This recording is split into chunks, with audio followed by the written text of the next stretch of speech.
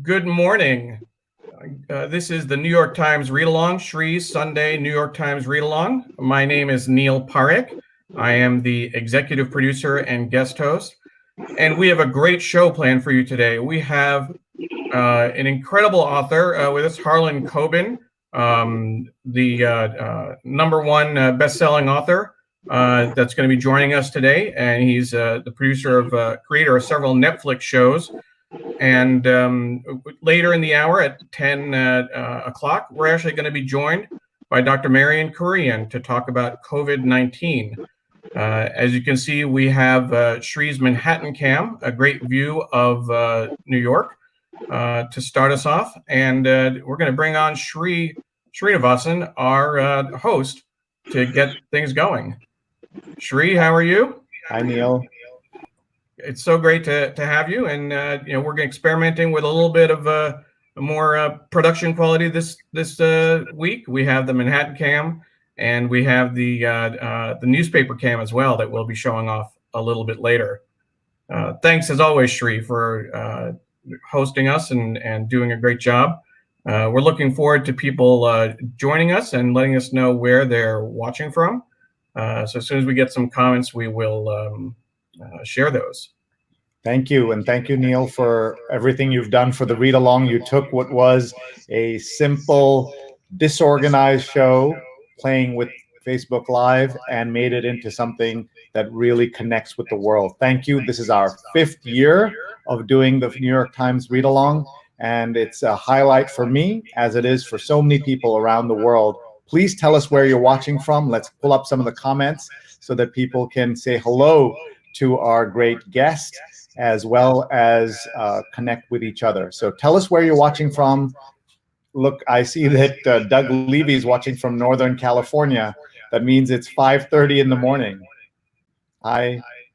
And we have MX Simpkins from Bloomington, Illinois. Linda Lawrence joining us from Long Island. So please let us know where you're watching from and hit share. Bob Bertoni from New Milford, New Jersey as well. I'm a little shocked that Jonathan Borstein has not checked in yet. He's usually the first one to join us. I'm sure we'll see him soon. And for everyone watching on repeat, thank you for watching the archive. Thank you for joining us. And there we go. There we have Jonathan Borstein checking in. We knew we'd see him. Rachel Cooper is joining us from the Upper West Side. Our friend Pradnya from Silver Spring. Diane Stefani from Margate, New Jersey. And Sree, she's giving a shout out to your newsletter that came out earlier this morning. So thank you for that, and thank you for the Bravo as well. We have our first comment from Twitter also. Imander Pathak from Atlanta, Georgia. Martin Englisher, who joined us who's joining us from Riverdale in the Bronx, and is back from last night's show. He watched Shree's daily COVID show with Bill Ritter, which was really great. So thank you, Martin. Folks, if you're watching right now, please tag your friends. Please hit share right now, whatever platform you're on, Facebook, Twitter, LinkedIn, YouTube. Just hit share so that your friends can join us, and tag a friend. There's somebody in the world who would benefit from meeting Harlan Coben, talking about the news, and just meeting this incredible community. So please do that. Just a little bit of background on me. If this is the first time you're here, I'm the Marshall Loeb Visiting Professor of Digital Innovation at Stony Brook University at the School of Journalism. And Neil is our executive producer. He does incredible work.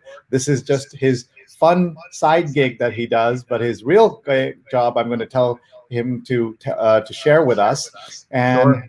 What we want everybody to do is to tag a friend, share it, and look how we're bringing in this great content. I should also tell you that I have a daily show called the COVID-19 Show. It's a global daily conversation. Last night, we met the great Bill Ritter of Channel 7 here in New York, the leading anchor on local news here. And he talked about his experience. He's also recovering from COVID-19. So that was, you can find it on our archives. And if you want to find all my content, you can subscribe to my YouTube channel, Sreenet, Sreenet. Find me there, and you'll be able to keep track when we go live. We have more than 100 people watching right now. That's so cool. And more people will come on. So please hit share. Let more people come in. Bring them in and share share this content with them. And if you would like to get on my newsletter, just email me sree@sree.net, SREE@SREE.net. We want to get right to our guest, but before that, I want Neil to introduce himself properly, give a shout out to our production team, and also we can have a production team because we have sponsors.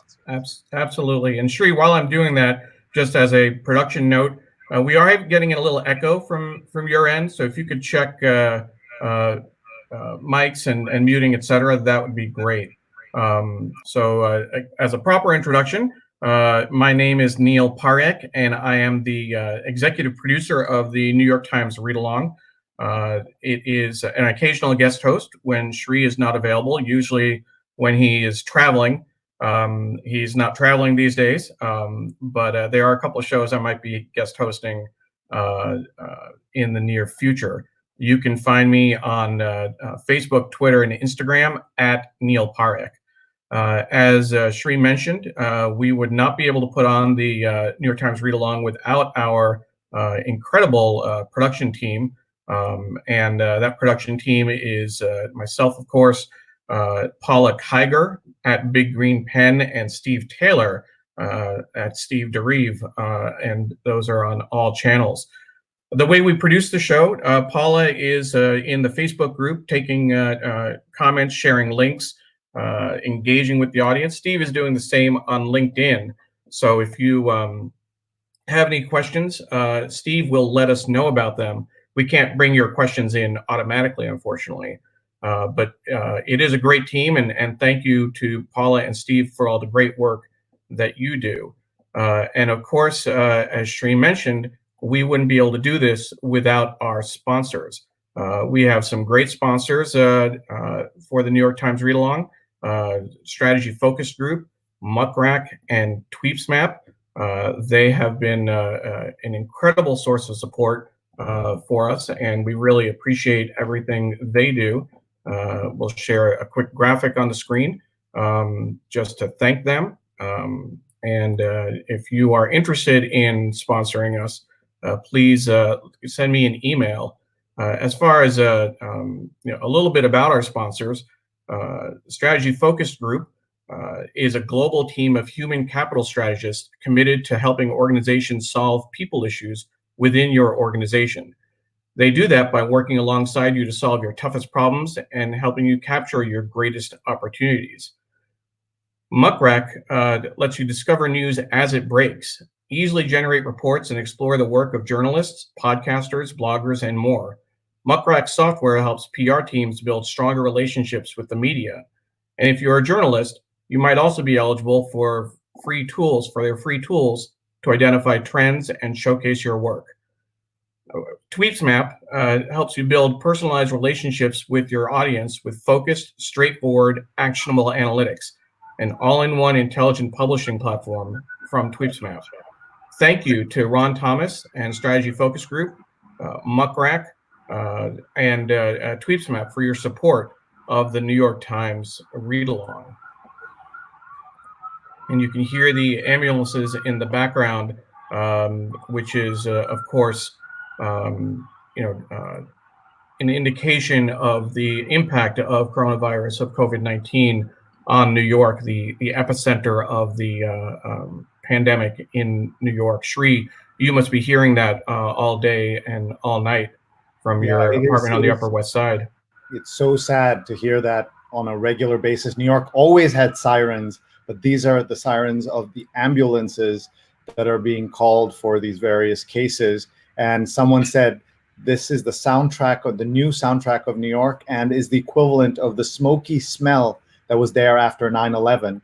And it's so sad, but it's also a chance for us to thank all the first responders, all the healthcare workers, the doctors, the nurses, everyone who works in healthcare. They are heroes. and we are so grateful to them. So I think we're ready to start and bring in our wonderful guest for the show today. He's going to be with us till 10 a.m. Eastern, so please tag a friend, please share. We want as many people from around the world to watch. And at 10 o'clock Eastern, we will bring in Dr. Marina Kurian, who's the president of the New York chapter of the American College of Surgeons. So if you have medical questions, you can ask her directly. So that's at 10 o'clock. But for now, without further ado, please welcome the great Harlan Coben. Hi, hey guys, how are you? Good morning, Sree. How are you? Thank you so much for being here, for being part of this Sunday morning. You're going to lift the spirits of so many people by being here with us. My pleasure. Thanks for having me. It's nice to be here. Thank you. And you're usually a Manhattanite, not too far from where we live on the Upper West Side, but now you are in New Jersey, and would just tell us you're okay and your family? Yeah, everybody's good. I've lived in Jersey, near New York City, my whole life. So I was born in Newark, grew up in Livingston, now live in Bergen County, New Jersey. So yeah, the family's here. Everybody's healthy and hunkering down. The one piece of news that I would tell you people is I have a lot of my wife's a pediatrician, New York Presbyterian. One of my closest friends is a pulmonologist at Mount Sinai, who's helping convert CPAPs to ventilators, which is confusing, and I won't go into explaining that. But the key from what he told me is just that social distancing and staying locked down is really working, and it's really our best and only hope. And this is coming from the chief pulmonologist at Mount Sinai, who's working night and day on this, and they've seen the models, and I trust their opinion a lot more than most. But please, if you're debating going out and letting it, just don't. I mean, really, it's actually, we can see now that it is working, and we can get to that high point on the flattening of the curve faster and better. So that's my news. I'm not a newsman. I make stuff up for a living. I hopefully are entertaining and diverting you during this crisis. But that's the one piece of insider news that I can give you. Thank you. That's very helpful. One thing that I want to make sure everyone's doing is sharing this video right now on Facebook, on Twitter. And I hope, Harlan, you've had a chance to do that as well to your audience so that we can bring them in. You can find us on Facebook and hit share. You can tag your friends. And let's see some of the people around. And what I'm going to do, Harlan, is as we call out the cities where people are watching from, let us know if you've been there or have a memory of it or know anything about it. So we'll start with Ashburn, Virginia. I don't know. I don't know Ashburn. I know Virginia, but I'm not sure. You can say anything you like about any of these places. Virginia is fine. I love Virginia, but I haven't been there. The Yonkers, of course. Yeah. I've seen this. It's Westfield. And I used to work in Union, New Jersey, right by Westfield. I have a lot of friends from there. Tallahassee. I was supposed to be in Florida on this book tour. My book tour was supposed to start on March 17th, the day the book. That was the day the book came out, and of course, it was entirely canceled. But I was supposed to hit, besides New York and New Jersey, Atlanta, Denver, Scottsdale, Tulsa, and 3 stops in Florida. I'm forgetting some, but those are the important ones. Yeah, and it's great to just get these comments in. Southern Maine, Danielle's watching. She's an author. How's it going, Danielle? Nice to see you. Thanks for being here. Thank you. Thanks. How about this? I haven't been to South Africa. I keep promising to book tour there soon, and I hope when this is over, that'll be a spot that I'll be able to hit. Brazil, I know I've been down there. It's one of my favorite spots to book tour. They have the most enthusiastic readers in the world. I've never seen anything like it. I felt like I was One Direction when I was there. The people are just really, the young people there are so into books. Here's an old friend of mine who's a big Springsteen fan, Mitch Slater. Mitch, I can't wait to see you again at one of the Springsteen shows. We've probably seen each other at least 10, I would guess, that we bumped into each other at. So, and of course, everything's Jersey. Maybe you'd sing a song for us later, Harlan. What's that? Maybe you'd sing a couple of lines. Yeah, that's not going to happen. But if you watch The Stranger on Netflix, you'll see in the very first episode, first 2 episodes actually, we have little clips of "Dancing in the Dark" by Springsteen playing. So that's my that'll do it much better than me trying to sing for Bruce. So there we go. A big shout out to Carla Baranakis, former New York Times copy chief, who's brought us together here today. And she says, good morning from Jersey. And the line from the great Lin-Manuel Miranda's Hamilton is, everything's legal in New Jersey. That's right. Yeah. Good morning, Carla. And, Carla is a big reader and a great supporter of writers that she likes. And I, really appreciate seeing her here. Thank you. All right.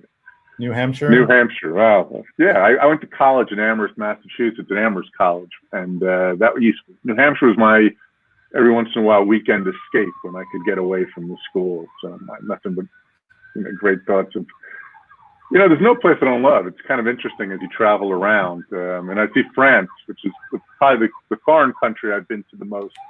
I was able to make one movie there called Tell No One and 2 TV shows there and in French. But you can get them here. Tell No One is available here too with subtitles. And so the French know that I always love I love visiting, and I can't wait to get back, man. I was supposed to be in Paris around that in a couple of weeks, so unfortunately, we'll hope to be back soon. And we'll do one more. Stay safe there, man. How are you guys? Hey, there's nowhere I don't love. That's the thing about this country. I mean, I've been all over it on book tour. I think I've hit 48 of the 50 states on book tour, something like that. And there's none that it's a great country or great people. So much dividing us now online and all that stuff, but I hope we start getting back to what we were and remember that's what this is what we're all about. And of course, Philly, Neil's hat's making me pine for baseball's opening day. Yeah, it's tough. Yeah. All right, folks, let's get started. Let's look at the New York Times. I always start with the front page, Harlan, but I'm instead going to the book section because in the book review, we're just going to give you a shot here, if we can, of the New York Times book review. And we're going to go in, zoom in, so I can show you. Here you go. The book Boy from the Woods, #1 best-selling book of the New York Times. Is that awesome? And here it is in print. If you haven't seen it yet in print, folks. I haven't. There it is. Wow. That never gets old. What an honor. Weeks on list #1, only 1 week. Yeah, it's just a tremendous honor. I mean, thanks to everybody who's welcomed the Boy from the Woods into their home. Yeah. It's sort of interesting that there's nothing that actually pleased me more than all the emails or the tweets. If you tag me on Twitter or Facebook or Instagram, I do try to look at them all. And how many people have told me that during this time of being locked down or quarantining or whatever you want to call it, how many people have read The Boy from the Woods or listened to the audio or watched The Stranger on Netflix or Safe on Netflix or whatever. And it's such an honor. I mean, I sit here in this room that I'm in right now and I make this stuff up, and to see people enjoying it now during this hard time, if you don't get choked up about that, if you don't care about that, you're in the wrong business. It means the world to me. So for those who are reaching out, really, I thank you very much. It means a lot to me.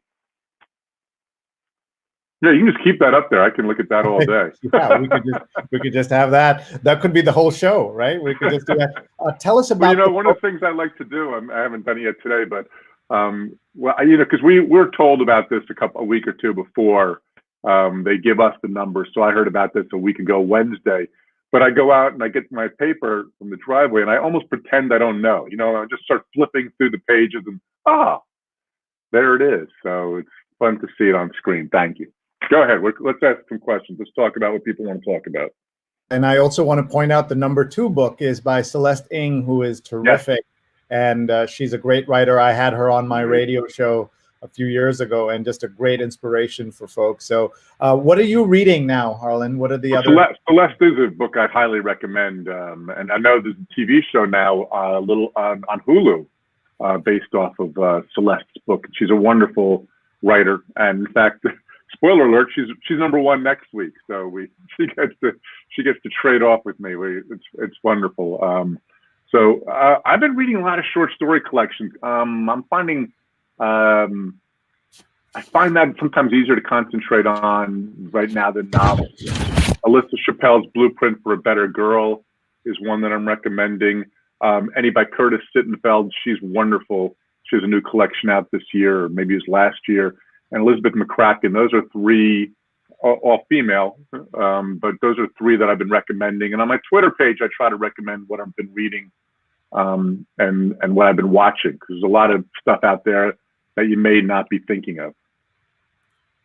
My brother is watching, and he says, love The Stranger, one of the smartest and most well-made series I've ever seen. That's quite a compliment. He's watching from Dubai. Have you been? Well, first of all, it's nice to see the smart brother in the family show. And the one with the hair. Look at that. That's right. My brothers have hair too, so it's the way it is. Yeah, it's amazing that people from all over the world. That's the amazing thing with Netflix. You don't really think about, but when The Stranger came out, they press a button, and all eight episodes hit 190 countries at the same time. Isn't that amazing? Yeah. So, and also Safe is on in America, and The Five. There's three shows. If you put my name in the search engine, all three will pop up.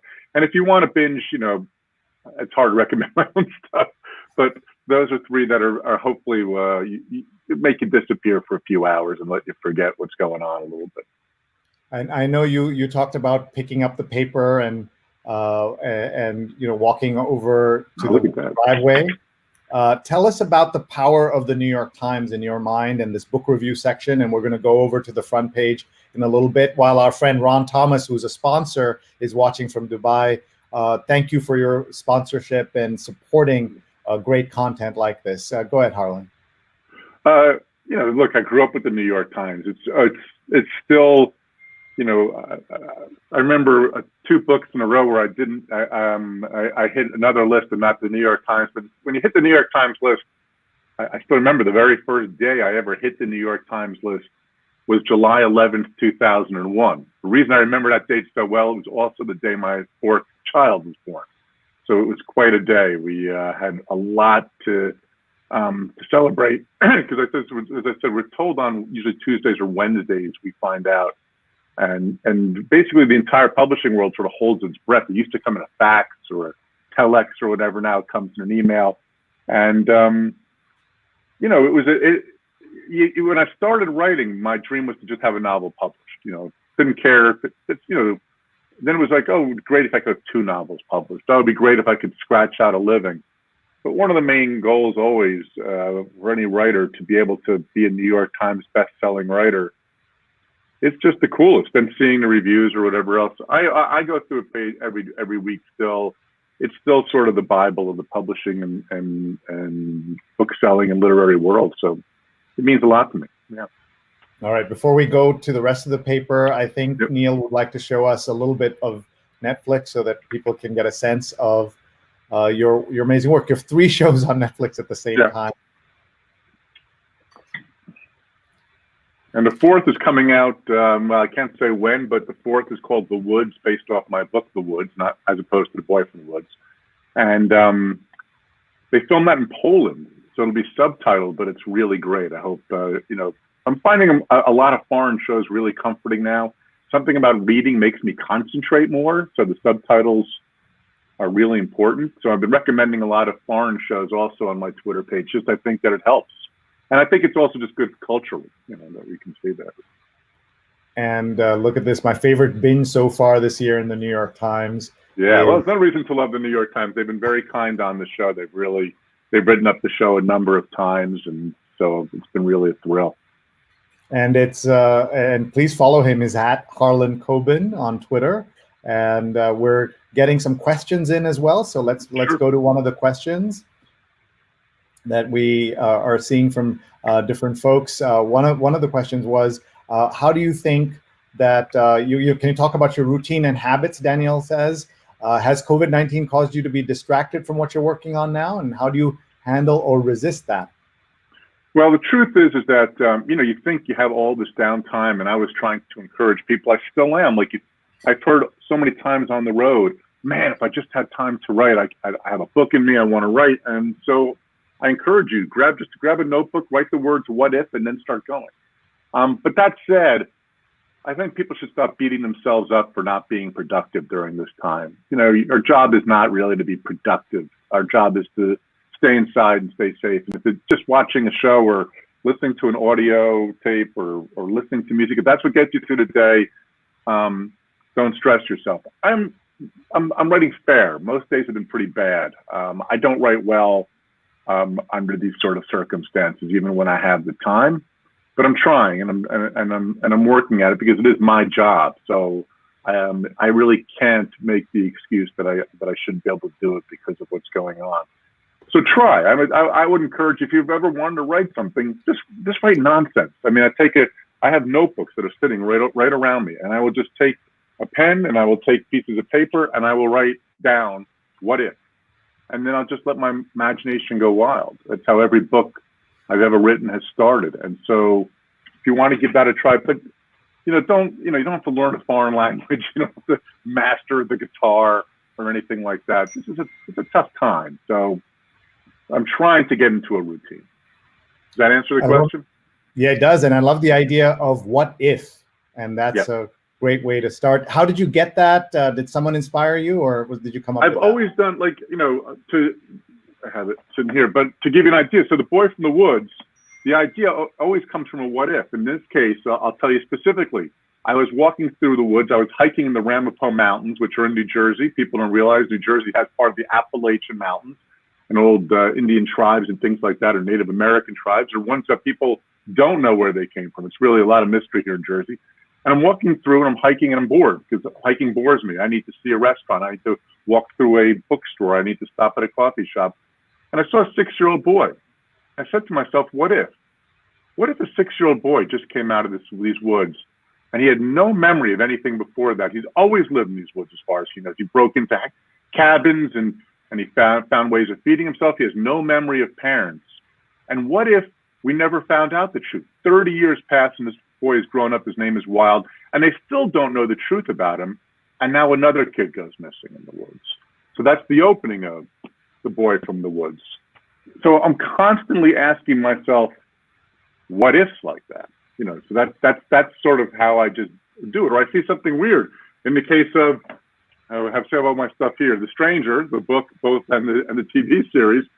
I saw a website that actually is real. The book opens with this: fake pregnancy websites to help you fake your pregnancy. They're actually out there. And I said, how can I do something unusual with that? And what about the other secrets that people think are online that, of course, are not? You're not anonymous online. You're never anonymous online. So what if? What if you're sitting there one day and a stranger walks up to you and says, you didn't have to stay married to your wife. She really faked the last pregnancy. She was never pregnant. She just wanted to sort of keep you, and here's the evidence, and just walks away. And she just kept dropping bombs like that, as she does in the series, all throughout this. What if? And those are the sort of things that I start putting together over months and months, and then I start to write it. Thank you. Longer answer than you probably wanted, but there you go. No, it's great. How does Harlan think COVID is going to affect popular culture in general, and in print and on screen in particular?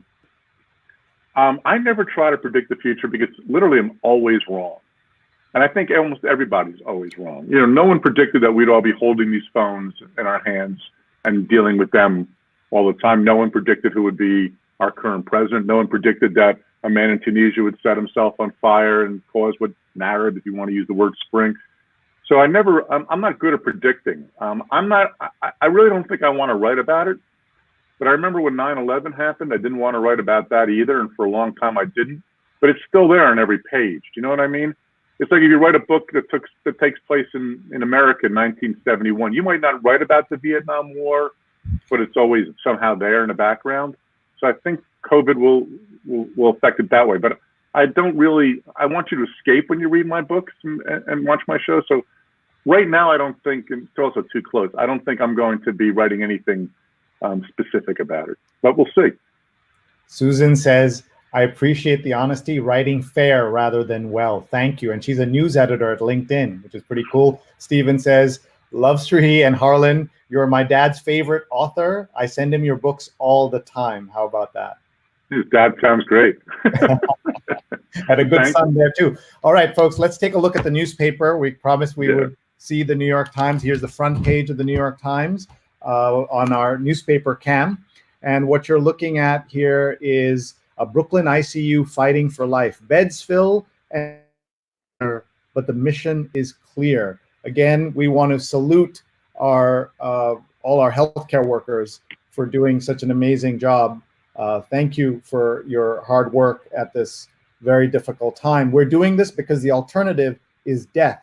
Dr. James Gasparino, Chief of Critical Care at Brooklyn Hospital Center. And he's talking about making preparations to split ventilators. How about this? After Wuhan disclosure, 430,000 flew to the United States, 40,000 despite controls that Trump claims stopped China, and spotty screening all had an effect on this. Anything you'd like to respond to, please jump in. Otherwise, we'll just keep looking at the stories here. Italy may let antibodies say who can work. And for classmates, Zoom exposes a class divide. Can we talk about that story, please? Because I know so many of us are on Zoom calls all day. And in fact, the CEO of Zoom will be on Brian Stelter's show at 11 Eastern on Reliable Sources on CNN. Yeah, that's something. You know, I mean, this is a big problem, is how, you know, trying to get the kids, trying to get, you know, my kids, even with the Zoom, it's, you know, it's just tough. It's a tremendous growing curve right now. And I think you just have to be, I mean, look, I don't know, I'm not an educator, but I see these parents, for example, who are trying to do at-home school, and I get it, and keep trying. But again, you can't beat yourself up. Your kid's not going to master some kind of algebra during this time period. It's just not. It's not going to happen. We have to put a little bit of our education stuff on pause. I don't know what to do. I mean, this is a problem. I don't know. This is why I make stuff up for a living. I don't have any solutions to any of these things. But it's good that we're recognizing this. Is there anything that is there any suggestions people are making to how to alleviate this? I don't know. I wish I had more insight, but I don't, unfortunately. One of the things that would be great if people admit that they don't know. I mean, everybody's a friggin' expert now also. I'm looking on, every time I look on Twitter, I mean, oh, you know, the guy with no absolute background seems to know more than leaders in pandemic research. It's enough to drive you mad, you know. First, we had it with that ape was it in Cleveland? Remember all of a sudden, everybody's a zoologist saying how they should have handled the ape that had gone wild. Now everybody's a pandemic expert. You're not. Calm down. Try to read. Try to learn. Don't have to give us your opinion on everything. Sorry. That's my little rant, is that people should, the most dangerous man is the man who doesn't know what he doesn't know. It's what we should remember. Yeah, you're so right, Harlan. Even pandemic experts don't know enough about this, right? And right. Dr. Fauci, as great as he is, doesn't have all the answers. I interviewed one of the world's top microbiologists this week, and even he said that he doesn't know exactly where everything's going. Already, we're seeing that second wave in parts of Asia, which we don't even talk about here because we're still dealing with the first wave. So I think you're right. Let's all learn. Let's listen more and not force our opinions on everybody. 24 hours in a pandemic America, from an empty Dodger Stadium to medical tents in Central Park, life goes on 6 feet or so apart is the story. And the silent killer of 1918, a Philadelphia story, ravages of Spanish flu live on in memories. And Trump purges his enemies, a crisis aside. So just in the middle of all this, authoritarians are doing this around the world. They're not letting a crisis go to waste. And we're just going into the paper here for a second. A story from 1969, artificial heart implanted in man is the story, a memorable headline from the New York Times, April 5th, 1969. We love looking at the ads in the Times. This is the Tiffany & Co. ad that's run since 1917, which is pretty amazing that they've had that page 3 of the New York Times. And here's a section on how to donate your stimulus check. That's kind of an ethical question, right? If you get a stimulus check and you don't really need it, what should you do with it? At the same time, who is absolutely comfortable in this day and age with everything going on? That's one of the things that we have to think about. Doctors in Congress press for more aggressive response. There are several doctors in Congress, as we know. Please jump in. UN leader describes a grave threat, but the Security Council is mum, pleading for a unified response as nations lock their doors. Mohammed al-Baradei, the great Nobel Prize laureate who ran the Atomic Energy Agency, has been critical of the Security Council for not acting at this time. A doctor who accused Russia of underreporting virus totals is detained. This is a story out of Russia, and the head of the Alliance of Doctors. And Jeanette says, Harlan has an impressive career in fiction and also television with the Netflix series and movies. Are you surprised when people who know you for only one thing learn that you have this other big thing in your life that you've done that? The TV's pretty new. It's, I love telling stories and I love reaching people. So the fact that the TV now able to reach a lot of people, and some of them are finding the books and vice versa, it's enormously gratifying. And it's a new world. Shows like places like Netflix or Amazon or Hulu or whatever streaming service, it didn't really exist a few years ago. If I wanted to do, a TV series, you had to do 22 episodes, and each episode had its own mystery, blah, blah, blah, like you see on network.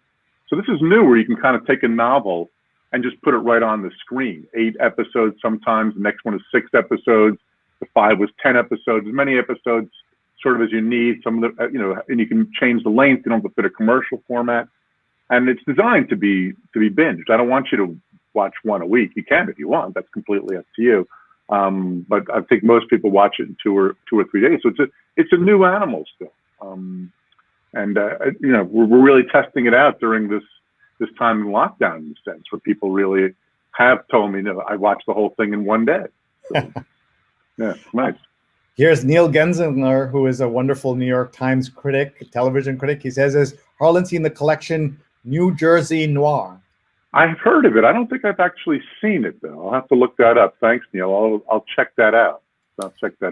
And you can catch Neil's recording of our New York Times read-along a couple of years ago. Neil, it's time to bring you back. So much has changed since then. In Berlin, rapid aid payments to self-employed prop up creative economy. And how do you think this is all going to work out? Trying to send a check to most Americans. Some people who have signed up for the stimulus as small businesses are having trouble being recognized by their banks and not getting the money. Can you talk about your thoughts on that stuff? I think that we have to be. I think we really have to be creative in the same way I was mentioning earlier. Dr. Charles Powell, who is working as a pulmonologist at Mount Sinai, they've come up with a sort of creative way of converting CPAP machines perhaps into temporary ventilators. It's super creative. And I think we have to do the same thing with the economy. It's it obviously it's, a lot of people are suffering. It's a disaster. I'm trying to also think that we can recover from it fast. After wars and things like that, economies do bounce back. In those cases, in the cases of wars, there's often destruction, which we don't really have now. They're not actually being physically bombed or destroyed. So I hope it will come back. I'm not an expert in any of these sort of things, but we really have to get relief to the people who need it. Try to do what you can. I've called a bunch of bookstores, and I'm just trying to order books for them to give away to people. Try to help out that restaurant that you love. Buy a gift certificate now if you can. But we have to find a way to alleviate that additional stress and pressure on people. I'm not smart enough to know the right answer for how to do that, but it has to reach those people. It really does. Now, folks, please hit share so your friends and family around the world can join us. So please do share it right now. People watch this, they can watch this as well. Let's go in and keep looking at the paper here for college classmates. Remote learning. Trump urges use of drug yet unproven.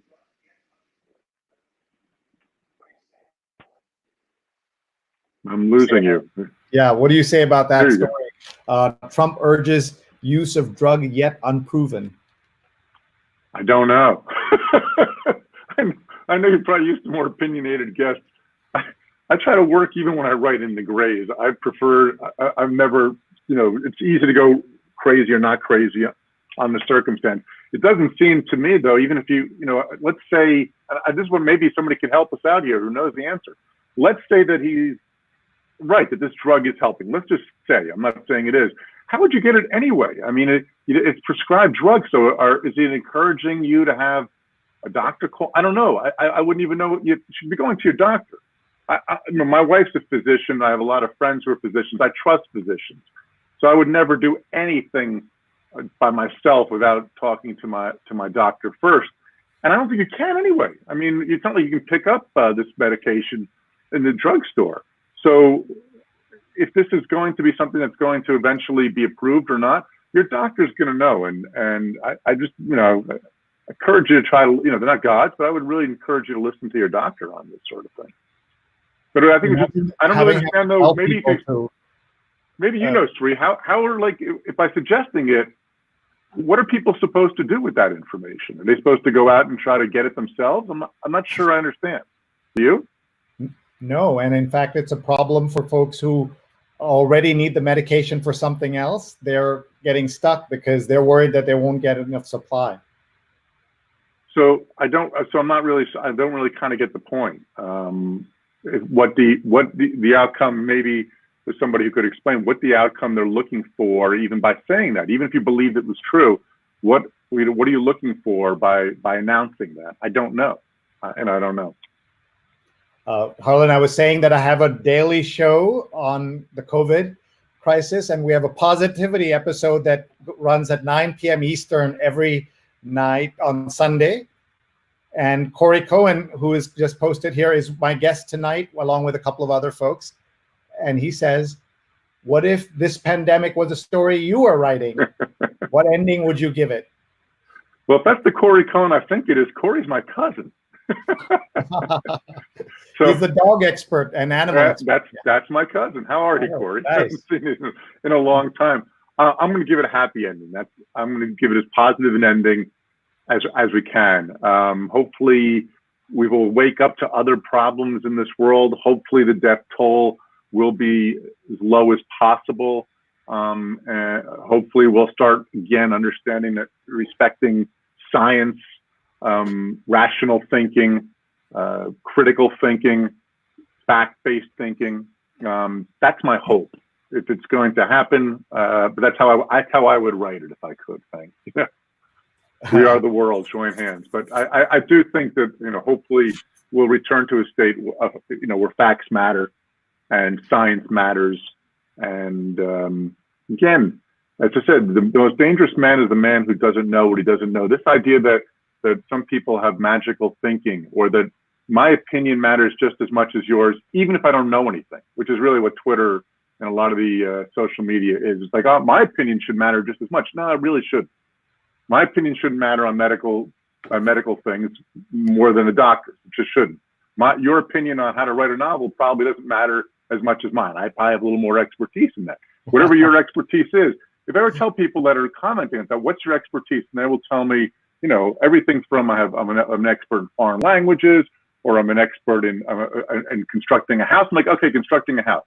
Suppose I, who knows nothing about constructing a house, starts telling you how to construct a house, or telling you how to fly an airplane when I don't know anything about flying an airplane. That's what you sound like when you give these asinine opinions that you're basing on some article that you read and you really don't know. Anyway, that's again my rant. Sorry. We love the rants. My friend Jay, who's an American, great photographer, he's stuck in his village in India, and he's watching right now, and he sent me an SMS because that's the easiest way to reach me. But he's watching right now. Have you been to India? I have. I was in India in 1990, I think it was. Man, people don't understand that India is not, it's a country, but it's really a subcontinent.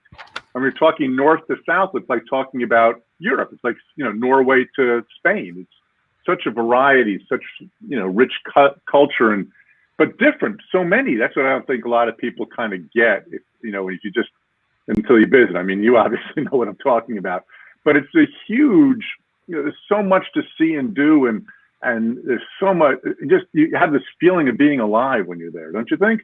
I mean, absolutely. Yeah, it's just, it's so, there's color and there's vibrancy and there's life, but the key thing really for me is how different different languages, different cultures, and again, north to south. It's like talking about Europe. There's just different, we call it India. It's like saying Europe. Yeah, I think that's very well put. Speaking of countries, here's just assume you're living amid virus, the study says, and look at this. The president says that not everybody's affected and we can go back to work, and it's going to be a V-shaped recovery. Most people are saying instead of a V shape, it's going to be more like a U. I'm saying it's going to be more like a J. It goes down and then it goes like this and then comes up just a little bit. It'll take a long time for that final part of that stem of that U. So it's a backwards J, if you will, is how I'm looking at it. Colin's watching from South Africa, and we said that you hope to get there. And Bill says, please ask Harlan about a famous fraternity brother. His answer is often hilarious. I don't think it's hilarious. Well, I went to Amherst College with a number of other writers. I lived next door to David Foster Wallace my freshman year, who was a dear friend. But my fraternity brother was Dan Brown. So even though you tout all these wonderful numbers for me of how many books I've sold, I'm not even the top salesperson. I'm not even the top author in my own small fraternity at Amherst College from the years I was there. That would be Dan. We're still good friends. There's a lot of writers at Amherst College during the years I was there. Christopher Bojalian has a new book out, which I'm recommending, called The Red Lotus, came out March 17th. Also, he was another guy that was there the same time. Bill Amon does Foxtrot Comics. Susanna Grant, who just did the TV show on Netflix, Unbelievable, all there at the same time. So it was quite an exciting time, I think, to be there. Yeah, that sounds very cool. What if Harlan Coben discovered Stephen King was his brother? What sort of book would that make? Well, Stephen King is one of my role models, been a dear friend and a dear supporter. And in his book, The Outsider, he actually made me a character, which was fun. The guy goes to a Harlan Coben book signing, and when he told me about that, he actually asked my permission. Like, I would say no. I'm like, no, that's probably the most flattering thing that's ever happened to me, Steve. I'll say yes. He's a tremendously generous guy. I mean, people who follow him know he often will recommend and suggest shows and TV series and books, and he, if he likes something, he's like he likes the fanboy, and it's wonderful that he has been a real advocate for so many of us. I want to just point out one of the ads that's here. This is Ellis Marsalis, passed away, the great jazz musician, and his son wrote a Winton and this very wonderful essay that I would like everybody to find online and take a look. And this is Jazz at Lincoln Center's ad for the passing of Ellis. Yeah. So Bucky Pizzarella, also the great guitarist, 95 years old, passed away the other day, also from, I think, from COVID-related illness. From Austin Community College on Long Island, on LinkedIn says, "Good morning from Austin. Love your work. What do you enjoy reading?" Everything. I'll be honest though, I'm finding it myself. I'm trying to be honest here. During times, my mind drifts a little more than it normally does when I read. I'm really finding audiobooks to be a comfort. I'm reading a lot of audiobooks, I'm listening to a lot of audiobooks. And if you're having trouble sleeping at night, which I know a lot of people are, I think audiobooks are pretty good because you start listening to that and maybe you turn off the voice in your head and eventually you drift off to sleep, especially nonfiction audiobooks. Mine will hopefully keep you up. That's my wife. That's how she goes to bed, listening to podcasts. Yeah. Yeah, I mean, listening, just the voice right in your ear. Exactly. I find it helps. There's apps that also have calming stories to tell you. But if you're having trouble sleeping at night, I have found that to be audiobooks to be a comfort. I'm not normally an audio fan because normally it's the other way around. My mind will drift when I'm listening to audio. But right now, do whatever's good. Do whatever's going to work. Try audio. Try reading a book.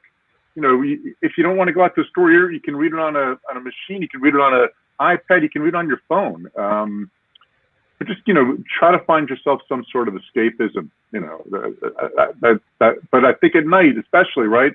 If you're listening to somebody talking to you, no offense, people are falling asleep. You can fall asleep to my book. I hope it lulls you to sleep. But it's the old-fashioned lullaby, maybe. It's the old-fashioned someone reading you a book. I think it's comfort food at this time, right?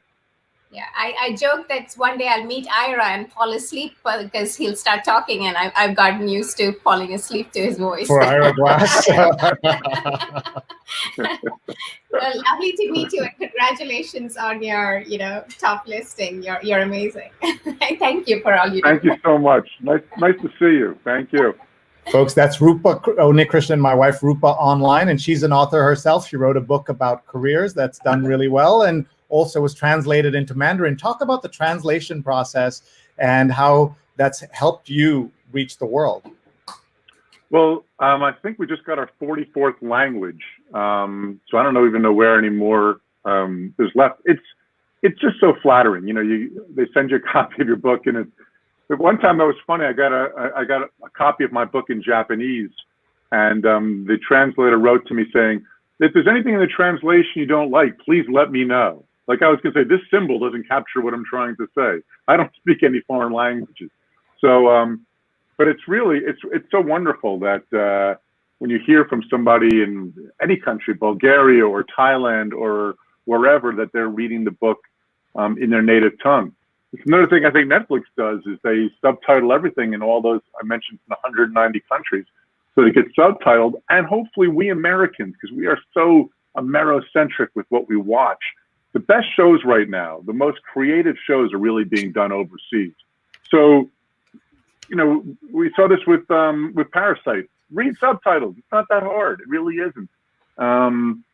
So I'm hoping that they're also going to be bringing it to us. I'm making 2 foreign shows as we speak, one in Poland that'll be out fairly soon. And then my book, The Innocent, is being made right now in Spain.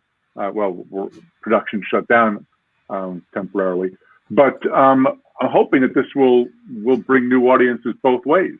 And we should really try. I think that makes a lot of sense. Let's get some of the comments in here with people from around the world watching. We're going to pull some up on screen. Patricia Freudenberg says from LinkedIn, do you have a favorite spot for inspiration? It's a good question. Most writers have a spot where they work. I don't. My routine is not to have a routine. My routine is to do whatever works until it stops working. It's like I'm riding a horse. I ride that horse hard. The horse dies. I look for a new horse. Oh. So, for example, poor horse. Poor horse. But one book I was writing really well at a supermarket deli.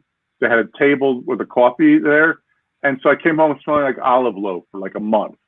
One time I took an Uber into the New York City, and I felt so guilty about it that I started writing in the back of it, and I wrote really well. So for 3 weeks, I took an Uber wherever I went to finish the book, The Stranger, and did that. So whatever works, sometimes morning works, sometimes evening works, just, whatever makes you write.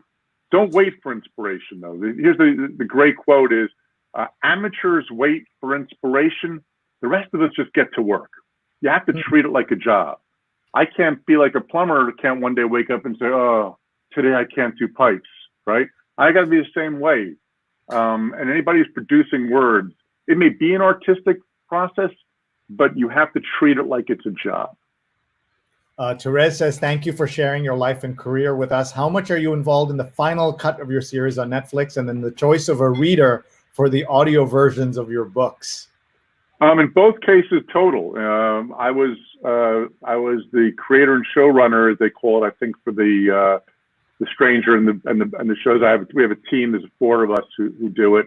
So I have final approval over the final cut. And Netflix is very, very good about letting us do what we want to do. It doesn't mean we don't listen and we don't get notes and things like that. But this is the final cut. I'm not one of the authors who will sit here saying, oh, they ruined my book. I had a lot to do with it. The audio reader I mostly use is the actor Steven Weber, who you may remember from the show Wings. Yes. And Weber's great. And he and I have worked together on most books, though sometimes I have books that have female leads, in which case he doesn't do them. But the first one he did for me was Tell No One in 2001, which he won the Audi Award for. And he did The Boy from the Woods, which is the most recent. And it's funny, one of the lead characters is a 70-year-old Jewish grandmother. And I said, where did you get that voice from? Because you did it great. And he said, I'm imitating Howard Stern imitating his mother. So I've had a great relationship with Steven Weber for a long time, as both a friend and a partner. So that's who usually I get to do it with.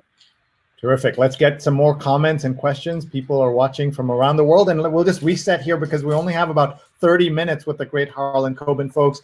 Please tag your friends. Please hit share right now so that people from around the world can watch.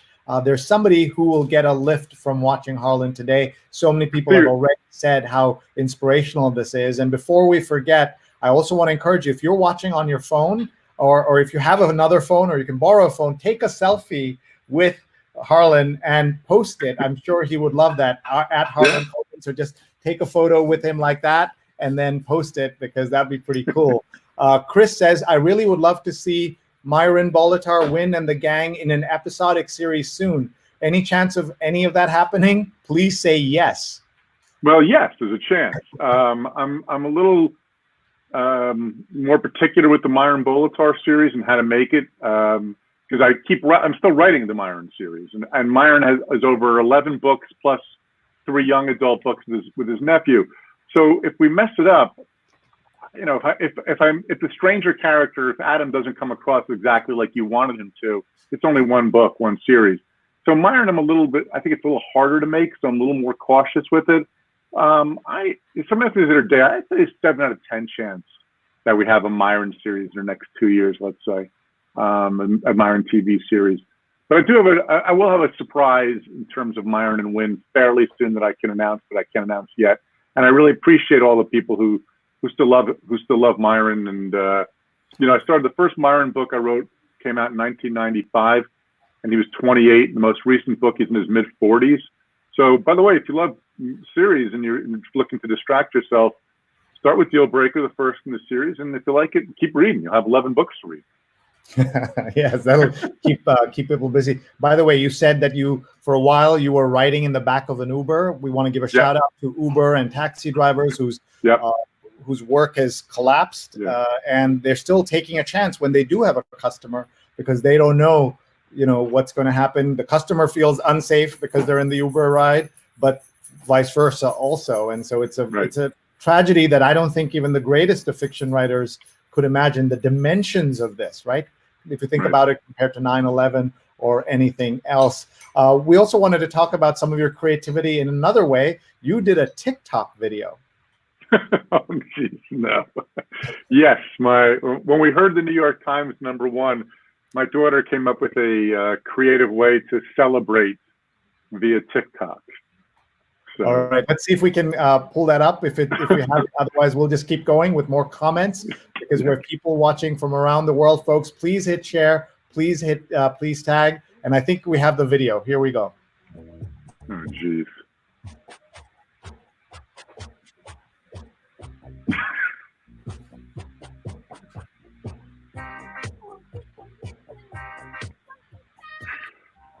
I told my daughter we probably should have done a little more rehearsal time on that. This is Funky Town, the old classic disco tune, and I know people love that. Tell us about your family. How are they coping with everything that's happening? We know your wife is a doctor. She's now doing admissions, you said. She's doing admissions, but the other end of the cycle, young medical students are being conscripted into graduating early and starting work right away. Yeah, I think her job is really right now to make sure the med school, this is where the future doctors are coming from, the med school, and the students who were there and left. A lot of those dormitories are probably going to be used now to house doctors, what role they can play in helping out right now, keeping them safe, encouraging really that, Columbia University has the best and the brightest coming in, people who want to, these are people who want to be on those front lines. Sometimes they should be, sometimes they shouldn't be. I think we're a little bit ahead of the curve in seeing this coming. I think Columbia, New York Presbyterian, and some of the New York hospitals are probably a couple of days ahead of us in knowing what's going on. So, my family, we've been in lockdown or quarantine now for, I guess, 3 weeks, however long it's been. And my kids are taking it really seriously. They're not doing the let's go out and try to be close together. We really don't know. This is the other thing. Everything changes, and it seems to always change, frankly, not for the better. At first it was you could touch elbows. Now it's 6 feet away. Now some people are staying more than 6 feet away. Now wearing a mask. So if you can, just stay home. That one party is just not worth it. That I know it's hard. That one social event is not worth it. Social isolation is a little easier for me because that's kind of my job. So I get it. But it's just nothing is worth the risk if we can just buckle down and stay home as much as possible. It's just going to be it's going to end faster and save more lives. It's that simple. You're saving a life. So think of it that way when you're tempted to kind of like get closer to somebody. Dr. Sujana Chandrasekhar, who was our guest last week in our medical segment. Don't forget, folks, we have a medical segment coming up at 10 a.m. Eastern. After we meet Harlan, we're going to meet Dr. Marina Kurian, who is the president of the New York State chapter of the American College of Surgeons. And she says, our prior nanny, who now lives in Hungary, says my hubby encouraged her to pick up her first Harlan Coben book, and she's read them all now. That's amazing. Thank you so much. Take care of yourself, Sujana. Be safe. Be safe. Thank you. As you see the newspaper laid out here, Harlan, talk about newspapers and their role in society, but also at this moment, and news and the importance of getting facts right and being there as newspapers do for us. Well, you have to be, there's so much nonsense out there. You have to still have that responsible thing. And, at least when the major network, the major news organization like the New York Times, if they make a mistake, which they do, they admit it. We go on. This is the other thing that drives me crazy is when they go, oh, look, CBS or New York Times made a mistake. Yeah, the reason you know about it is because they admitted it. They came out, they made the correction. The one you're having will just defend it even if they know it's wrong and a lie. So to keep a paper like that, and I have to say, when you show that photo, if you could bring that back up again, that's comfort food to me. Sunday mornings has been for many years that spread across my bed sheets, right? How many people, isn't that a good feeling? You remember that feeling? It's, everything's changed so much in the world, but that's one of my favorite things to do is usually we get part of the paper on Saturday and then Sunday. So maybe Saturday mornings or Sunday mornings to have that paper just spread out and made into a mess. And my wife looking for one section, me looking for another. That's one of the great joys in life, isn't it? Yes, it is. And I can tell you that I still remember the moment when I saw my first New York Times the New York Times Sunday edition land on our doorstep. I was 9 years old, just arrived in America. And, wow. I still remember that. We also did a read along at the home of the print editor of the New York Times, Tom Jolly. Shout out to him. He's wonderful. You can find the archive on Facebook. But Tom, every night he tweets out the next day's front page. Everyone should follow him at Tom Jolly to see that. So one of the things we like to do is to read the etiquette section here, or the ethics section as we can find it. So I'm going to read one of the questions to you, Harlan, and there's no right or wrong answer, as you know. So we're just going to see here. Let's see. I'm just going to very quickly pick one. It says, I'm a doctor with risk factors that make the coronavirus a threat to me. What are my obligations? What do you think the right thinking is there? Wow, that's a tough one. If he has some kind of underlying condition, I mean, he's not going to do anybody any good if he's going to get sick or risk getting other people sick. I don't know if you saw, I think it was in the Times today.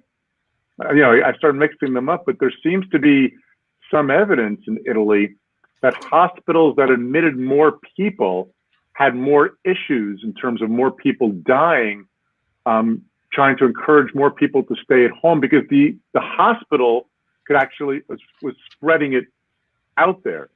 So my thinking is if you are susceptible to it, talk to your, see what the hospital's recommending you do, but I would probably try doing more telemedicine. Telemedicine, by the way, is a huge thing and should be used a lot more right now. It seems to me that going into the hospital should try to be your very, very last resort. So we can keep those things open. We can prevent the spread as much as possible.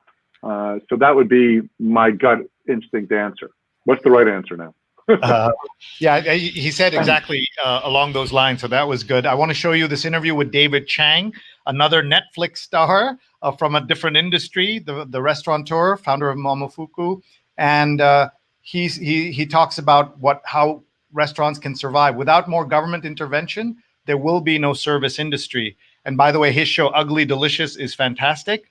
And a shout out to and a tribute to our late great friend Floyd Cardoz of Tabla and Bread Bar and Oak Canteen, Pawala North End Grill, who passed away from coronavirus just 2 weeks ago.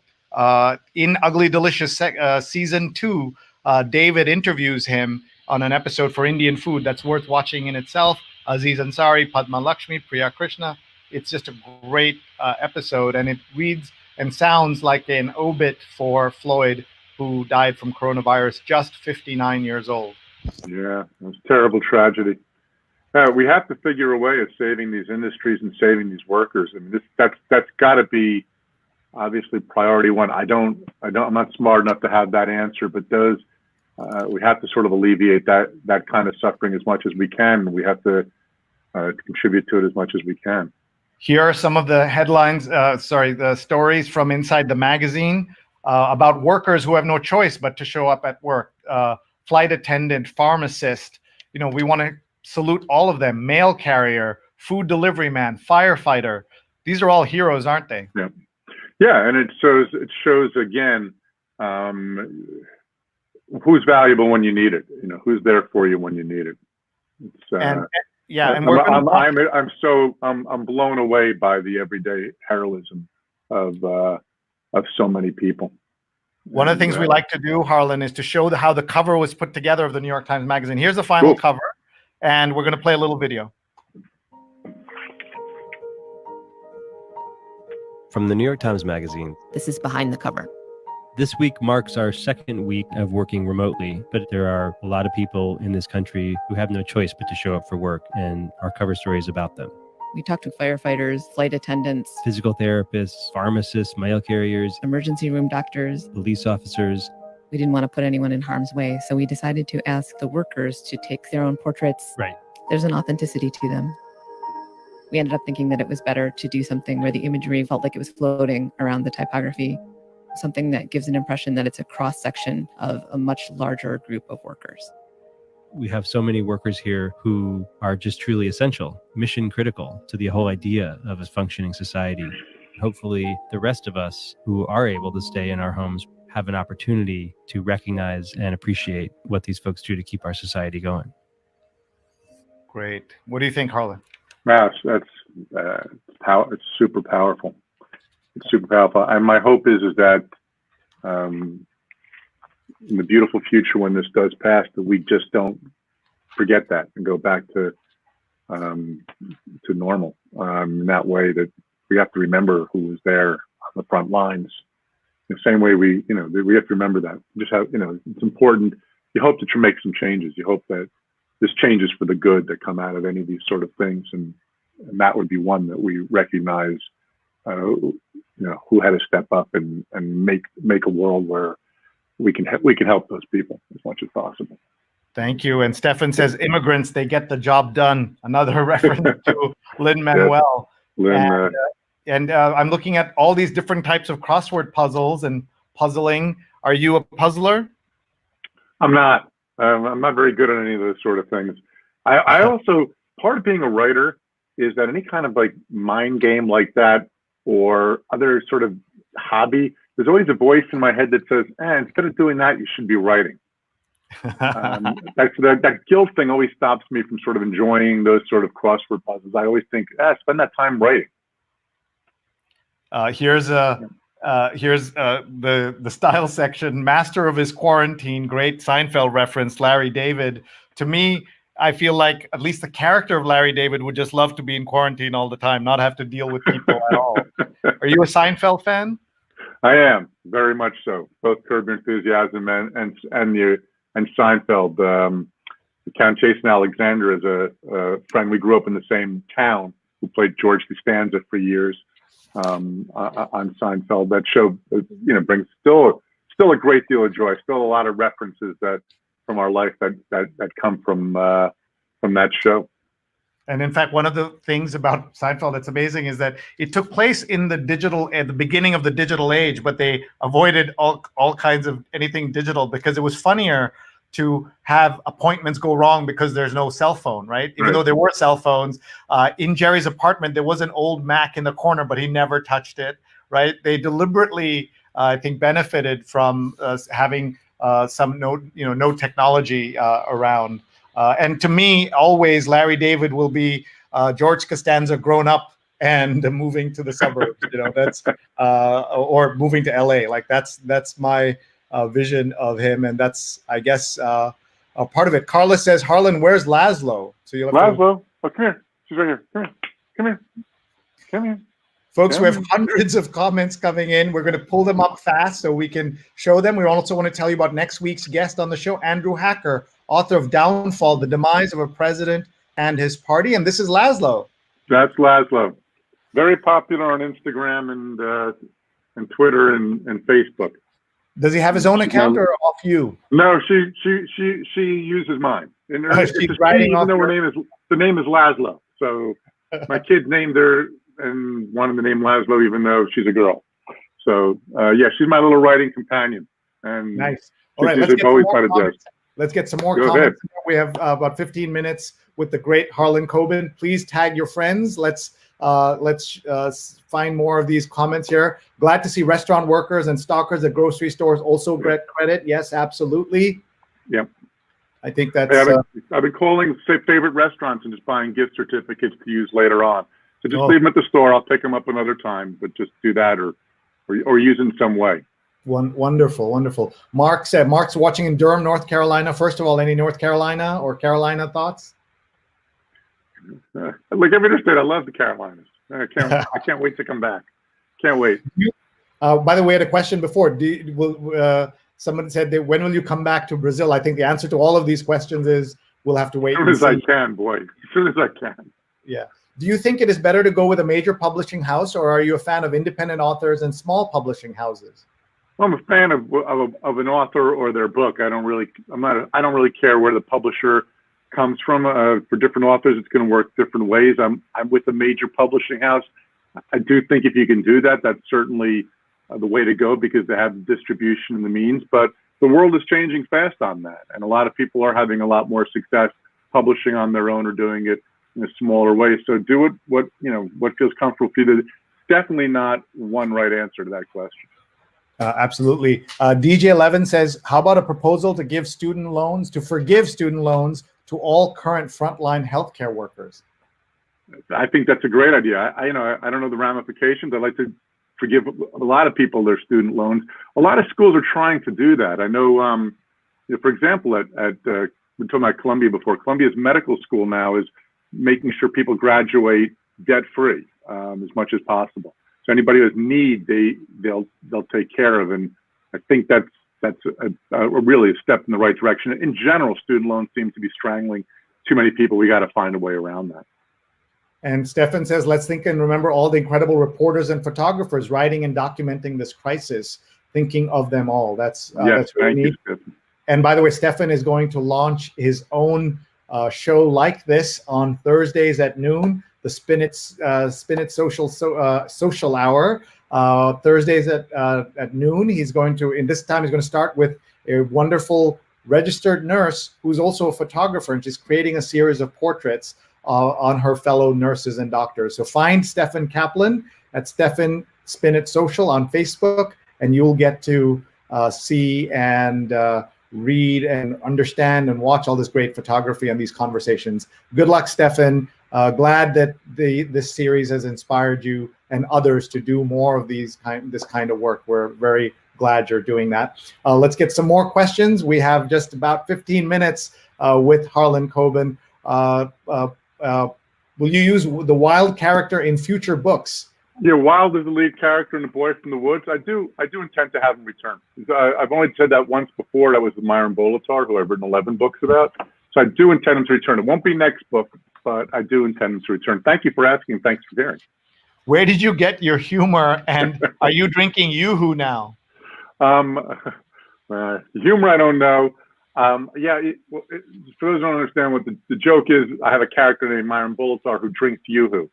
And that was dumb of me because Yoo-Hoo started to send me free Yoo-Hoo and things like that. And why I didn't have him drink like Macallan's 25-year-old scotch or something, I don't know. I actually don't drink Yoo-Hoo myself. So that was foolish of me. I should have had him driving like a Mercedes and and drinking a great old scotch. But there we go. Look at this. Want to hold a gala? Zoom, zoom, zoom. This is the old column. You remember the great Bill Cunningham, also a Netflix star, who passed away. The successors are trying to document things. And now, what do you do in the age of COVID? And a plug to my team. We do that. We help organizations take their in-person events and turn them online. So if you need any help with any of your events, contact us. Sree at Sree.net is my email, SREE at SREE.net, at Sree on Twitter. And we'd love to talk to you. We're working on, among other things, a big corporation's annual event of tens of thousands of people. We're working on a memorial service, I'm sorry to say, but glad that we can help. We're also working on a Holocaust remembrance event. So we can help. Nothing beats the in real life, but we can help you think about it. So do contact us and we can help you. And then the wedding column. What do you say to folks who are going through this week seders that have to be virtual, weddings that have to be virtual, birthdays that have to be virtual? Any tips, ideas? Temporary. I mean, it's worth it. Just, first of all, it's going to be memorable, right? It's going to be something different, put a spin on it. It's funny. I'm not one for these sort of, I thought, for FaceTime conversations or Zooms or anything like that. But my two brothers, one is in London and one is in LA, and here I am in New Jersey. We do it every day at a certain time. And it is comforting, isn't it? I mean, it's not the same as being in person. But we also, this is the price. Frankly, it's a smaller price to pay than a tremendous disaster. So try to make the best of it. What I found is people who've had these gatherings. My daughter's birthday was March 28th. So a friend of hers got, I think, about 30, maybe 40 of us to Zoom at the same time to sing her happy birthday, which you would never have had if you had just a party anyway. And I think it really, it helped. Is it as great as having a birthday? No. But we're doing, you have to, you do what you can and you try making the best of it. So have that fun Seder. Have grandma and grandpa still do, have the kids read the 4 questions, do all the same stuff you would do. It's different, but there's a lot of other worse circumstances that it could be under. That would be my spin on it. I realize that's not comforting, but what else can we do? It is comforting, Harlan. Thank you. The travel section, we want to give a shout out to Amy Vership, who had us at her home as we read the 52 Places issue. I mean, that's going to be an episode that's worth rewatching to think of all the places the Times was encouraging us to go this year. And most of us will not be able to go to any of them. And we also had Sebastian Modak, who did the 2019 play 52 Places to Go at her home. And people have been so generous, just like Harlan here, bringing us in. We do this every Sunday, folks, 8:30 a.m. Eastern time. Please join us. We try to bring you fascinating guests, but this is really a tribute to journalism and why this matters, and community and photography. Look at this photograph. Wow, fantastic. In Zambia. Have you been to Africa?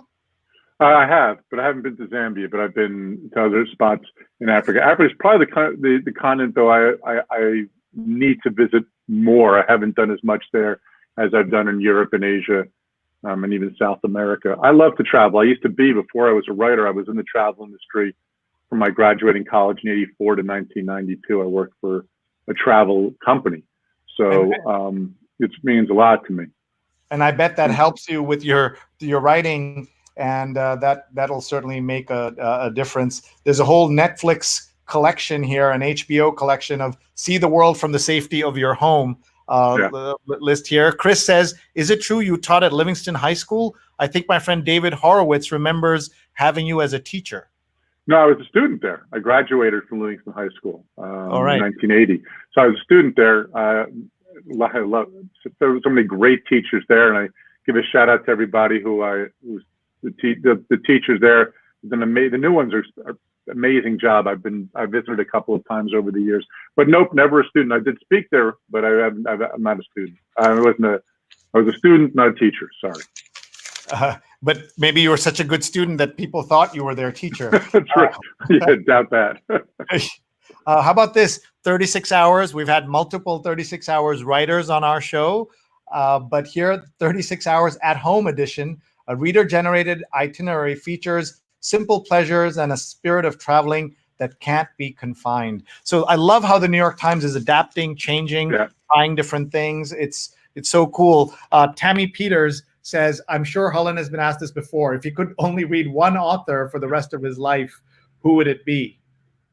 My answer would be someone I haven't read yet, because I don't like to reread stuff. I mean, my all-time favorite author, and I'm not a big rereader, but Philip Roth is my favorite all-time one. I think American Pastoral is probably the book I've reread most, but I'm not a big rereader, so I don't know who that would be. And if I pick somebody, I get a lot of angry responses from a lot of my other friends. So I'm going to pass. Okay, good. Also, we want to point out there was this wonderful article about how Shakespeare in a time of quarantine was able to be creative. Do you think there's anything to that in today's day and age?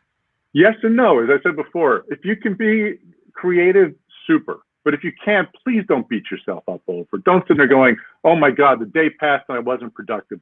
We Americans especially are so, well, people are, we're so drawn to this idea that we have to be productive. No, you're going through, this is a big deal what we're going through. So, you know, try if you can, but don't beat yourself up if you can't. I've written, I think The Boy from the Woods is my 31st or 32nd book. I've had 5 or 6 TV series, whatever else. I usually write, you know, that means I can produce a lot. And I'm not producing as well as I normally do. I'm not. It's just the stress of this thing is not helping. I'm trying and I will continue to try. But please don't beat yourself up. You don't have to be a magnificent teacher to your kids. If your kids just learn one little small fun thing or you have fun with them, it's going to do as much for them as that calculus thing that you're not quite getting right now. Give yourself a break, really. I mean, just, you don't have to come out looking yoked, like kids say, or shredded. Just do what you can. Do a few sit-ups, do a few push-ups on the floor. But if you don't want to, don't. I mean, don't beat yourself up. That's my advice for whatever that's worth. My wife Rupa is listening, and she wouldn't mind if I came out looking shredded out of this. She's going to have you down on the floor, like all of a sudden I'll disappear. I'll see you're going up and down. I'm actually, all kidding aside, I'm using an app called Just 6 Weeks that allows you to, in 6 weeks, at least learn to do 100 push-ups. So I'm on week 4. Yeah, I've done that too. I'm doing a ton of push-ups and sit-ups. And just when I'm watching TV, I'll lie on the floor and I'll start doing a few crunches, move your body, dance, Dance. I like Hopefully no one will film that, but yeah. Sree's dance class will be on at 11 a.m. today. Oh, it'll be a disaster. Thank you so much for taking the time to answer, says Tammy. We have 5 minutes left, folks.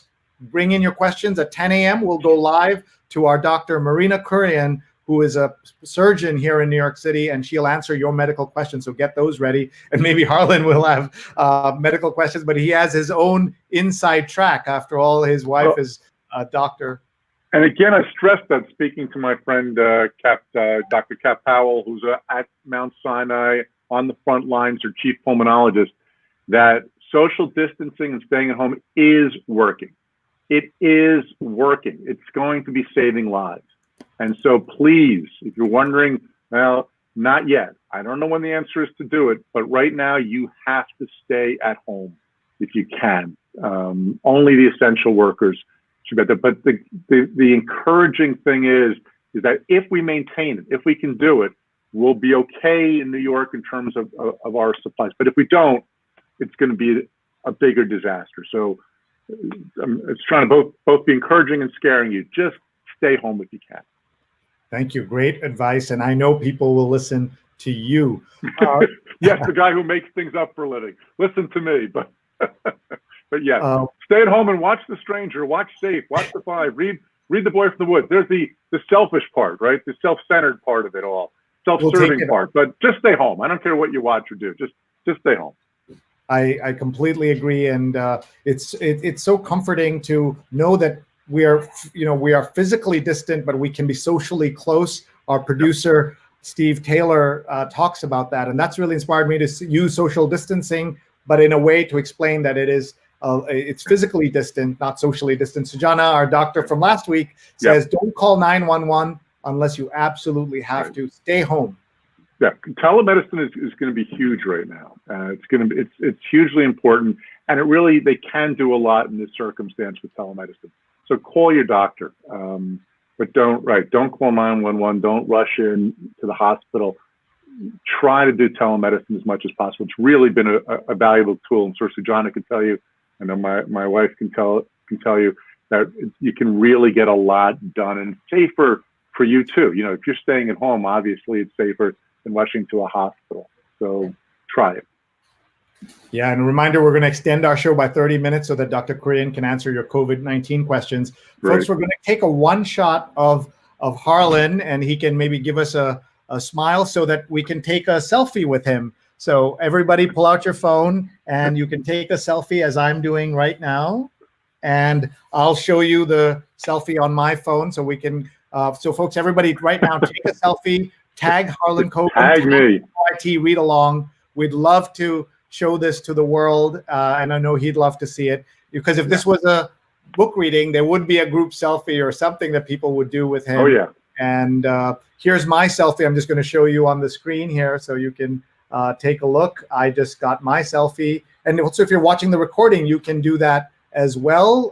So just here you go. There, I'm bigger in the screen than you are, but that will have to do. I but miss the book tour. I miss seeing the readers. I really do. I really miss seeing the readers. But, yeah. So, Mitch says, thank Harlan you. crushes this today. If you missed, please watch the replay. Thank you, Sree, as always, for making Sunday special. You folks Thanks, make Mitch. Sunday special. Thanks, Mitch. Every night, every day, I do a different show, my COVID-19 show. Please join us today, 9 p.m., all positivity. We have fabulous speakers, including Corey Cohen, who's on the show, who's an animal expert. We have a consultant and a coach. We have the CEO of the Tapping Solution. All of these folks are going to come together and give you positivity. 9 p.m. Eastern, and you can watch the recording. But otherwise, 4 p.m. Eastern on Monday, we're doing a fabulous, important show with Edelman and Tanya Reese about brands and trust at this moment. And Harlan, I know you as a consumer of products, you think about that, right? Like, what are the products that we can trust now in these times, and what are the products that are going to get a backlash for what they're doing? April 1st being in the middle of this certainly didn't help with that, but that's 4 p.m. Eastern to see Tanya Reese. And then on Tuesday, we're going to have a great conversation about the news you missed. So much news is happening that we're missing so many things. So we're going to talk about that as well. All of this, folks, is to tell you, please connect with me on YouTube so you get an alert every time I am live. SreeNet is my YouTube account, SREENET. Please email me if you have any questions, Sree@Sree.net. I am so grateful to Harlan. Before we let him go, Thanks, I'm going to ask him for some words of wisdom, some words of hope, and some words of inspiration, because you've got fans around the world, some who woke up super early, some who are staying up very late to listen to you right now and are inspired by you. Please leave us with some wisdom. I just want you to stay at home right now. That's, I mean, you can be a hero by doing nothing. If you know, obviously workers can't, some people can't, but if you can, just stay at home. Spend it with me. You know, I'll be happy to spend it with you. We can read together. We can watch TV. We can listen to audios. But you know, I'm not a brilliant man. I don't have tons of life advice to give you. But that's the one thing. And the last thing is, I always say, is one of my favorite things I tell my kids is, you bring your own weather to the picnic. So yeah, we're stuck inside or whatever else, but try to bring as much positivity to what you're doing, and try to enjoy your time, and try not to let it all drive you crazy as much as possible. We'll get through this. The comforting thing is we're in this together, and that brings me comfort to know that you're in this with me too. And I hope it brings you some comfort to know that I'm there with you as well. Oh my God, so wonderful. And I never heard that line. You bring your own weather to the picnic. I'm going to use mine, that. Yeah. I like mine. My poor kids have heard it too many times. But I always tell them, you bring your own weather to the picnic. I love that. That is a brilliant line. I'd love to bring Dr. Kurian to say hello to you, if that's okay. Sure. Let's bring her on screen as well. And the three of us, what an amazing moment this Harlan, is. in honor of you, look. Oh, wow, that's fantastic. Yeah. I hope you're able to get a little reading time with all the stuff that's going on for yourself as well, a little bit, if you can concentrate a little bit. Yeah, that's hard. I have a bunch of societies that I'm members for, and I'm supposed to be doing work for them. So the reading does take a little backseat. But I have had both my kids are home, and so we've had a lot more bonding, because normally they're like, okay, I'm going to see you. I'm going to so-and-so's house. I'm having dinner with so-and-so. But now they're here. Yeah. It just means One tip, by the way, is Audible is offering free books for families and kids right now. You don't have to sign up for anything. You don't have to pay any money, but to help pass that time. So Audible is offering, if you go to Audible's website, they're offering free stories for you to listen to with your kids, for your kids to listen to. So, hey, if your kid listens to a great classic book, there's your teaching for the day. You did your job. Yeah. Right. I want to see if Marina has a question or a comment for Harlan, and then we'll let him go. And just thank you so much, both of you, for being here. No, I think it's wonderful. I caught some of the interview, and I think everything you've said. I love that you're saying stay at home. I think that is so critical. One of my colleagues was saying that, you know, the only thing she does go outside for a walk, and she walks down to the East River in Manhattan. And then she gets mad and she goes home because she says, there's too many people out. Yeah. What are they doing out? They should be home. So it's one of those things. The kids have been remarkably so good at it. They just stay home, Snapchat, FaceTime, whatever it is they're doing. You know, my son has gotten into some video game, whatever, but they don't mind. I'm the one who was like, maybe I should go to the store. I need to get something for dinner. No, don't. Yeah. Don't. If you can do it, wait. don't. We're out of this. We need it. My daughter's you like, you can skip eggs for 2 days. Yeah, exactly. Go less frequently, right? You know better than I do, but yeah, keep that distance. I don't do 6 feet too. I'd say make it 10 or make it 15 feet, because most people don't seem to know what 6 feet is anyway. It's amazing. Jesus Christ! Come on, 6 feet. I was somewhere and I'm looking at the tape on the you know, I had to go pick up a prescription, so I'm looking at the tape and I'm like, I think that's 5 feet. I don't think that's 6, you know, but. I just want to, before we let Harlan go, I just want to read some of these comments because I want him to hear them. He may not have time to go into our Facebook. You bring your own weather to the picnic, Harlan Coben wisdom. I love the picnic metaphor. That is the feel for our New York Times read-along group. Thank you. Great. Paula says, this was such a delight for this book lover. Just to hear all of these. Thank you. It was nice to interact with you from France. And by the way, a thing 3 was her symbol, and that tells you how, you know, American culture and Dr. Seuss has gone out. Rochelle says, what a great guy. You brought beautiful weather to our picnic this morning. Thank you, Harlan Coben, for your positivity, says Renee Edelman, who's helped me with so many of my digital shenanigans. PK Sharma, enjoyed your program. His son-in-law is a doctor. He has two children, and both their spouses are also doctors. So 4 doctors in the family. We're worried for them. One of them was a guest on our show as a read-along expert. Thank you so much. Harlan crushes this today. Please watch the replay. I just couldn't put it better. Thank you very much, Harlan. Thanks, guys. Inspiration for all of us. We are so grateful to you. And good luck with everything. And I will leave you with the thoughts of Robin Chase, who's the co-founder of Zipcar, who was on my daily COVID show. And she said, you know, all these streets that have less traffic, why don't we turn them into pedestrian areas so there's more room for people to walk if they have to walk in Manhattan? Otherwise, stay home. Exactly. Take care, guys. Thanks very much for having me. Bye. Thank you, Harlan. Thank you. All right. That was Harlan Coben. Marina, what an opportunity for us to connect with him. Yes. But thank you for being here. I hope you've shared this with your audience. Everybody reset. We're going to talk to Marina Kurian, who is a surgeon here in New York City at the epicenter of everything. And she's going to share her wisdom. She is the New York State chapter president of the American College of Surgeons. And she, as you heard, she's on multiple boards and things like that. So Dr. Kurian, we've known each other for a few years, back to when we were tweens growing up in New York City. It wasn't that long ago. And yesterday. Here we are now. We always loved New York being the center of the world, but I've never regretted it more than in this case. Well, it's very interesting. Did you see that Post article that looked at zip codes and where the peaks were? We are seeing some changes in the distribution within the city, and some of our hospitals are far more, overwhelmed. They're taking care of it, and they're doing what needs to be done. at every hospital in this city. But some are seeing more COVID cases than others, but all of them are quite full. And, I say a lot to the frontline people that are seeing patients in the emergency room. One of my colleagues deployed at his institution, he's a surgeon, but he's doing whatever they ask him to do, which is, he's in the ER triaging patients, trying to get them from, you're going into the hospital versus we're going to, work with you out in a tent in front of the hospital or in the parking lot to try and manage the patients and the number of patients that are coming through. It really is,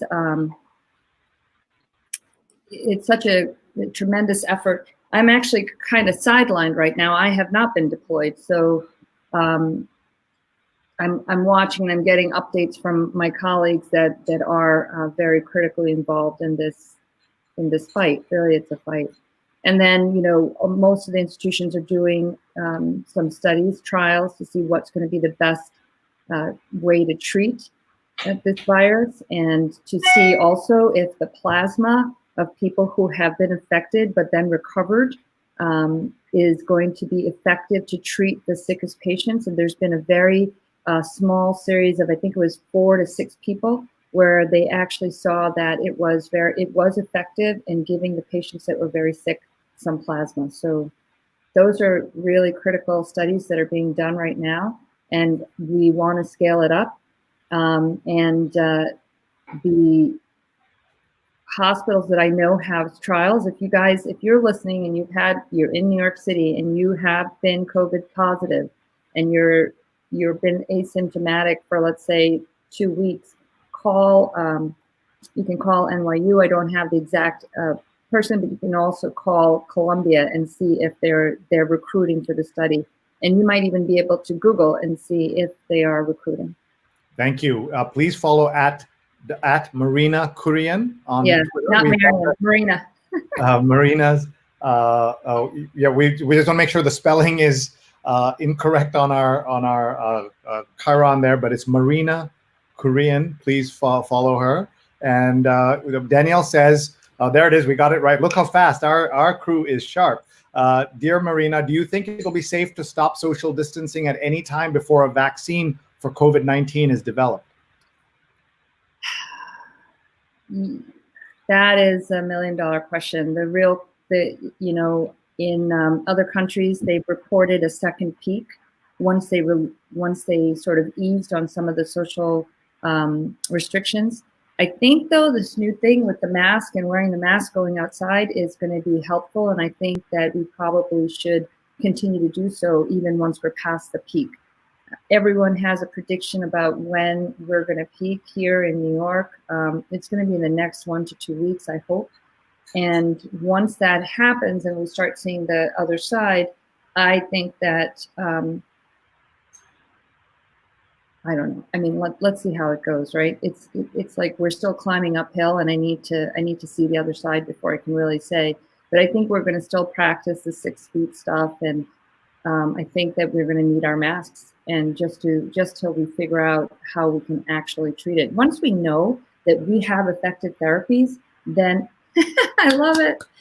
We have effective therapies, then we can move forward with, some relaxation. I think the bigger question, whether the social distancing is like, when can people go back to work? When can when can our restaurants and our other small businesses open? This is a financial devastation, really, for the world. And for us, the city that never sleeps, I have grown up here since a long time. I live here. This is my home, and it is eerie. But I will say that New Yorkers are very calm, and when they do go out, as I said, I constantly am like, wait, do we need milk? So I'm trying to limit it to, I only go out every 2 or 3 days, which might still be a lot, but I feel like everyone outside is very calm and civil. I go to walk the dogs, and we nod at each other with our masks. And it's the funny thing about the mask you're wearing. I wear masks in the OR all the time, all day long, like hours at a time. I never noticed a mask. Now I wear a mask when I'm like, I took an Uber somewhere, I had a mask on, I'm walking outside of a mask on, I'm like, wait, I don't understand, I can't breathe. Is that crazy? Because I use a mask all the time. I should be so used to it. But in other situations, I'm like, wait, why am I wearing a mask? So I can only imagine how people who never wear a mask must be like, wait, I got to put this mask on. And I love this is like, it's like a fashion show of masks in New York right now. You have masks, like my mask looks like yours. It's the ear loop, and I just have a pinch, and I got it from one of the hospitals when I had to take my dad. Can you imagine going to the emergency room with somebody at this time? I took my father to the ER. And then they were like, we could keep him. And I was like, no, I'm taking him home. I got him. I'll do whatever I have to make sure he's fine at home, but you're not keeping him. But you can just to see that the masks are colorful. Some of them look like ski masks. Some of them have those like filters on them. It's kind of cool and a little bit apocalyptic. A couple of things. One is, how is Uncle Zach? He is a community leader for the Indian community, for the Kerala community that we belong to, for the great state of Kerala in India. How's he doing? Please send him and your mother, who is a hero of ours. She was a nurse, a retired nurse who worked in New York hospitals for 30 years at least. Well, yes, we're not going to say how many years, but yes, at least 30. And she's fantastic. She's doing really, really well. And my dad is really spectacular. He just had there's the thing that you never think about when you're smoking, that in 20, 30 years, you could have chronic obstructive pulmonary disease and have an exacerbation. They'll take you in the middle of an epidemic to the hospital, so but he's doing very well. So a couple of other things on the masks. Linda says, where does one even get masks? And Marilyn, who is a hero of mine for what she's doing in Staten Island, says, Sree, don't waste a mask. So let me say a couple of things. Number one, this mask we paid $3.99 for. And so we are using it again and again. You're not supposed to reuse them if you can help it, but I'm the only one wearing it and I reuse it myself. It's also, think of every nurse and doctor who is being forced to use their PPE, the personal protective equipment, multiple times when you're not supposed to. But the price gouging, Rupa went out to the store. This was $3.99 for a single mask. In another store, it was $9.99. And so you can call the Attorney General on these people.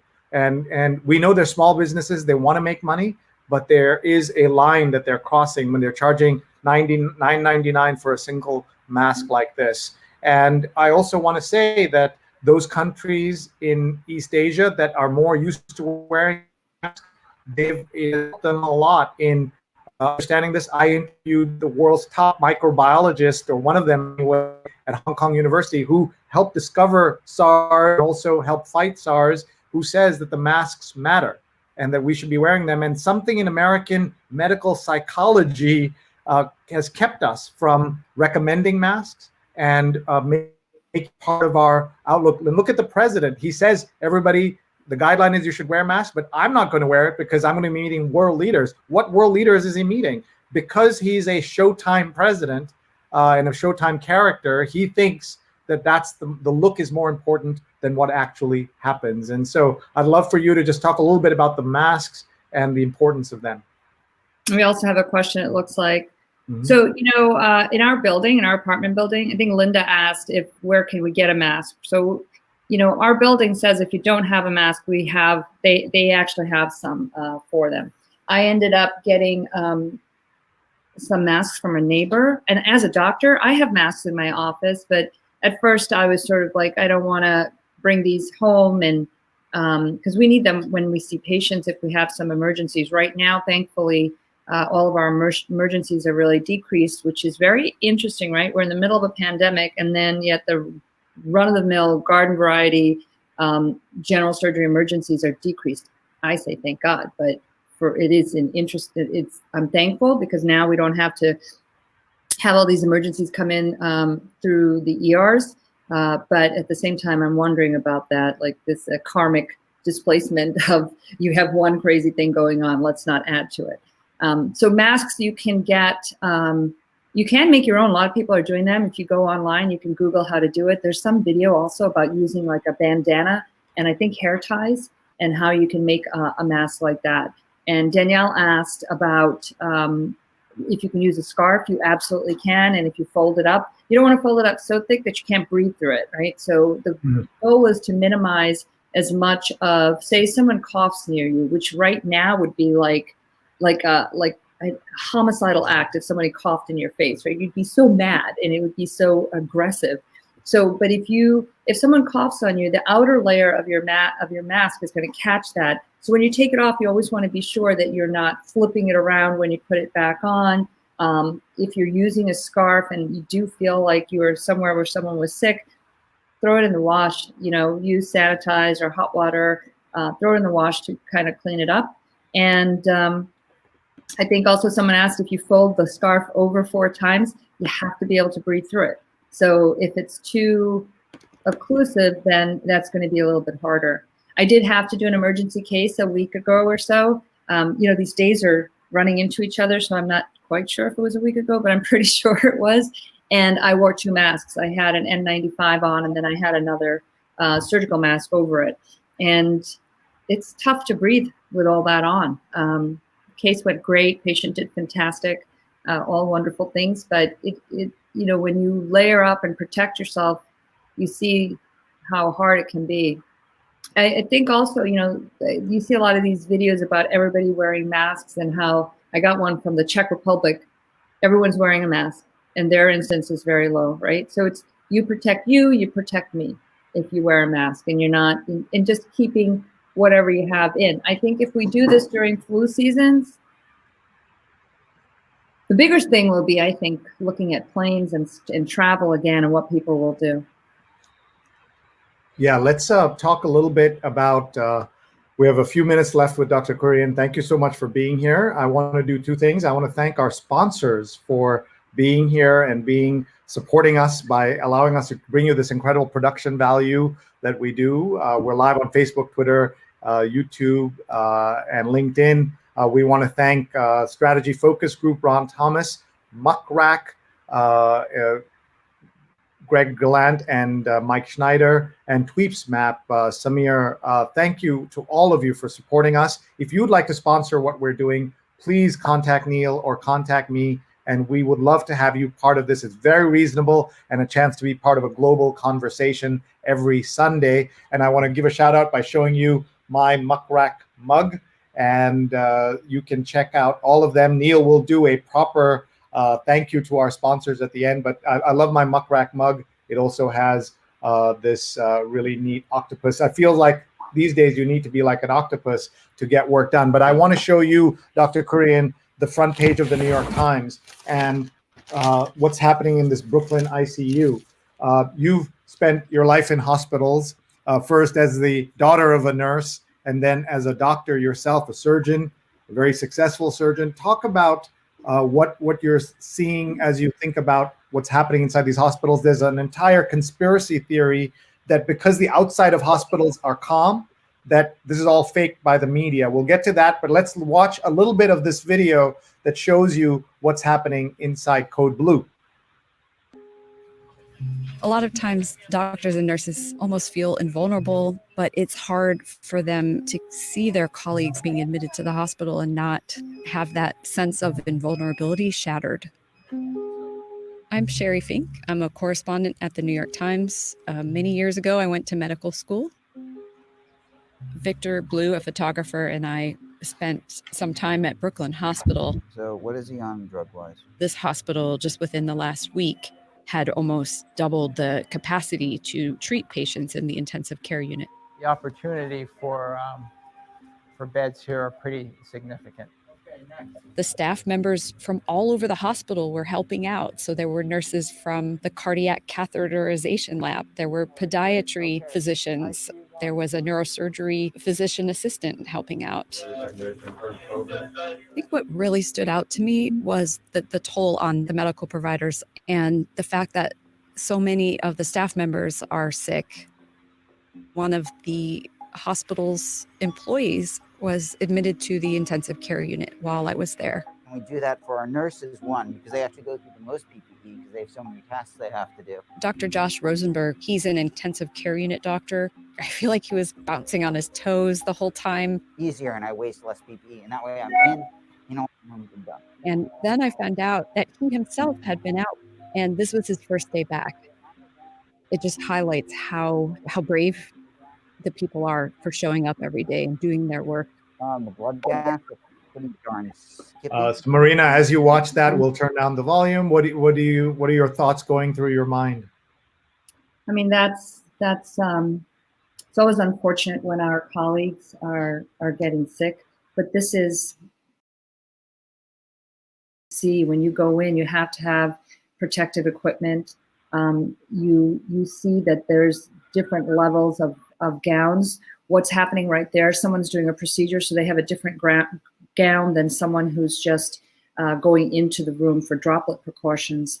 And I think that, like, you'll see varying amount of headgear, etc. I think that you should be wearing a cap when you go in, and most of the rooms at a true ICU will have an antechamber where you can kind of go in and put these other gowns on, and then go into the actual room and then come out and take it off. But a lot of times in the older ICU rooms, you don't have that choice. You go in and then, you come out. Just before you come out, you take everything off and then throw it in the trash and then step outside.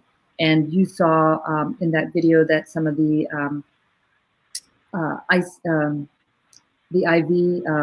IVs were hanging outside the room, going through the doors. That's because every time you go into the room, you have to don PPE. So if you have to change a drip or load another bag, you'd be in and out of the room so many times and so many chances to get potentially infected. So these IVs and stuff are being kept outside the room. This is stuff that we learned from Wuhan doctors and from Italian doctors.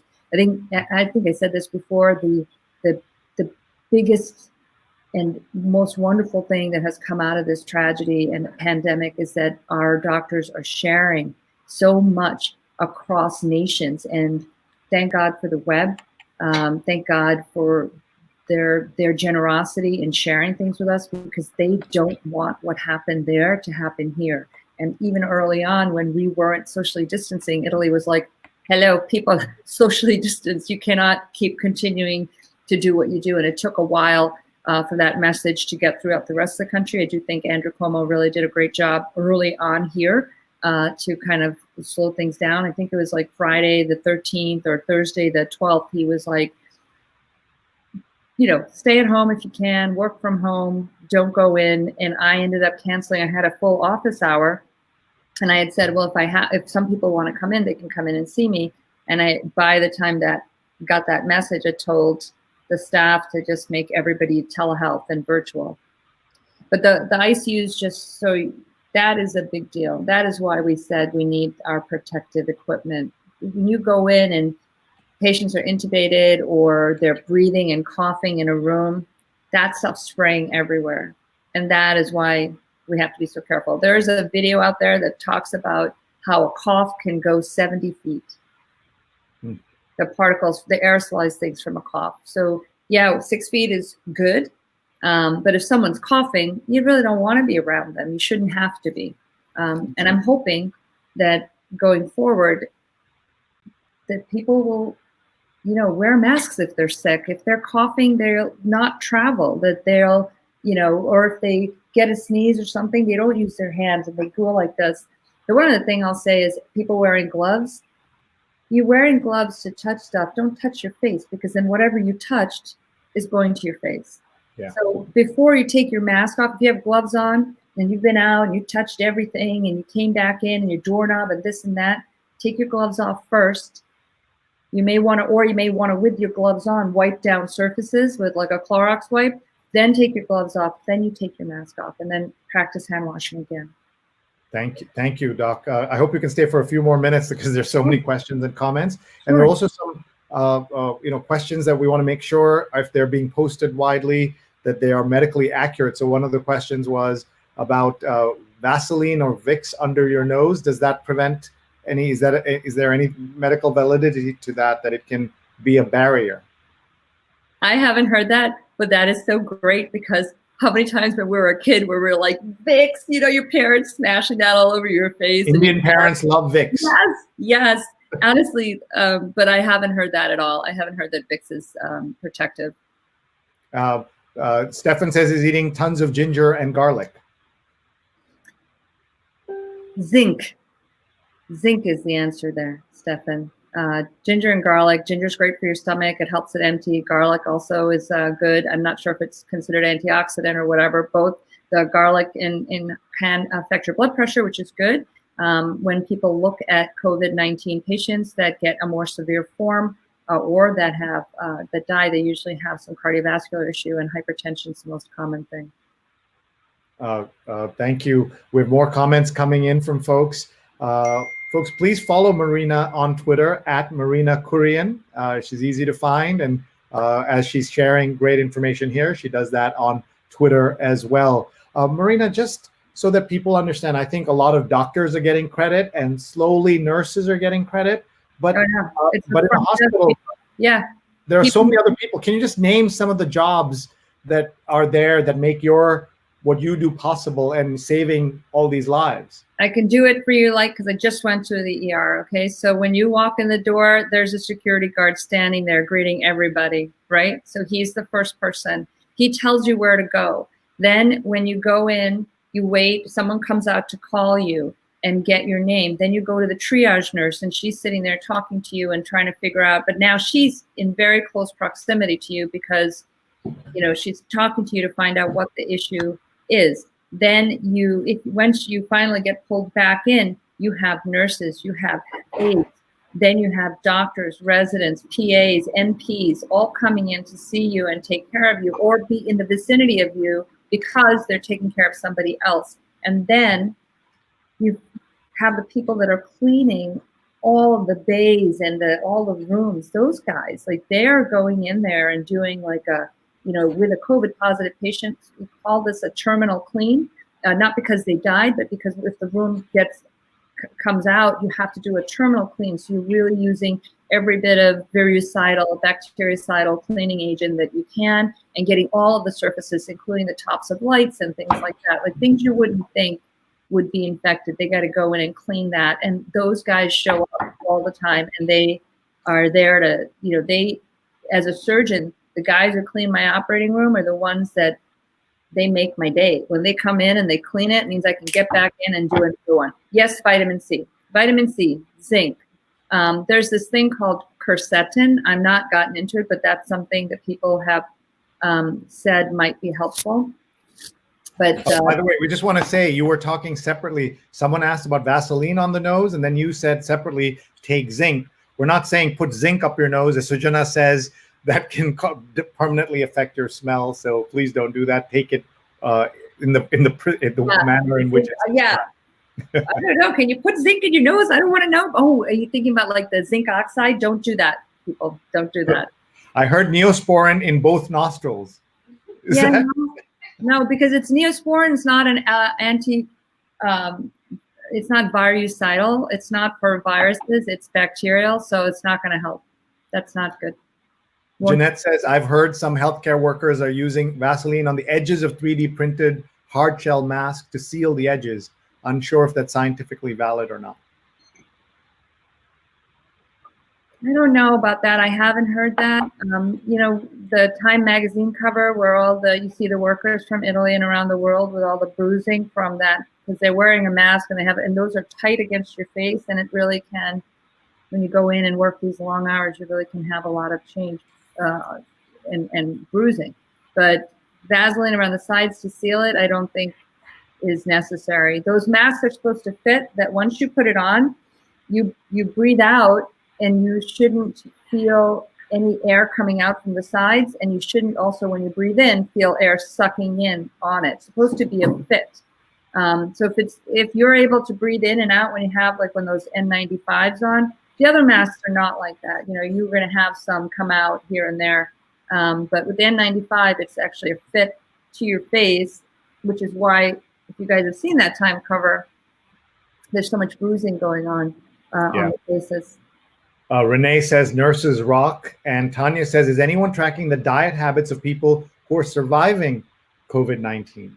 No, I don't know that. And it might be a good question. But there's so much to understand about people who had COVID-19 and were asymptomatic completely or had minimal symptoms, or the ones that did get sick but recovered, because we have to figure out why, and then why other people don't make it. And I think we had a colleague just pass, definitely the ER physician from New Jersey. That was last week, I think. And we've had some other colleagues that have passed from this who, we're looking at it, that are like 48, not 60 something, right? So in the US, 20% of the patients are ages 18 or 20 to 54. Sree, you and I fall in that category, So again, social distancing, don't go, don't go out, try and stay in as much as you can. Here's Jeanette's question. What are the pandemic polite words to tell someone in grocery stores to stand back? First, polite. We're going to have to come up with that hashtag polite. What would you say to someone? I don't know. I just give them a look. My dad's looks. I give them a look, and then but we haven't had that issue because there's actually tape in all the grocery stores that tell you how far apart to stand. So I don't know. Well, what about turmeric? Turmeric is good for your joints, I think. It's good for a lot of things. When I hear that turmeric is really good for your health, I'm like, thank God that I'm Indian, because I've had turmeric all my life, right? I should be protected, but it's probably. Can we just talk a little bit about our moms and kind of Indian wisdom? Leave your shoes outside. Wash your hands. Don't touch your face. Eat, the kind of foods we're eating. There seems to be like all the advice we're now getting in America were things your mom and my mom used to say to us. Yeah, 100%. And, old wives' tales, some of them are based in fact. Ginger's good for you. Turmeric is good for you. All things that are, we're finding out now, but that we have a lot in our diet already. And they're healthy and natural. Now, Laura says the cleaners' salaries should be doubled. How about that? That's great. Folks, we're just gathering your last comments here. We want to let Dr. Kurian get back to her day, get back to her family, get back to her telemedicine work. Please follow her.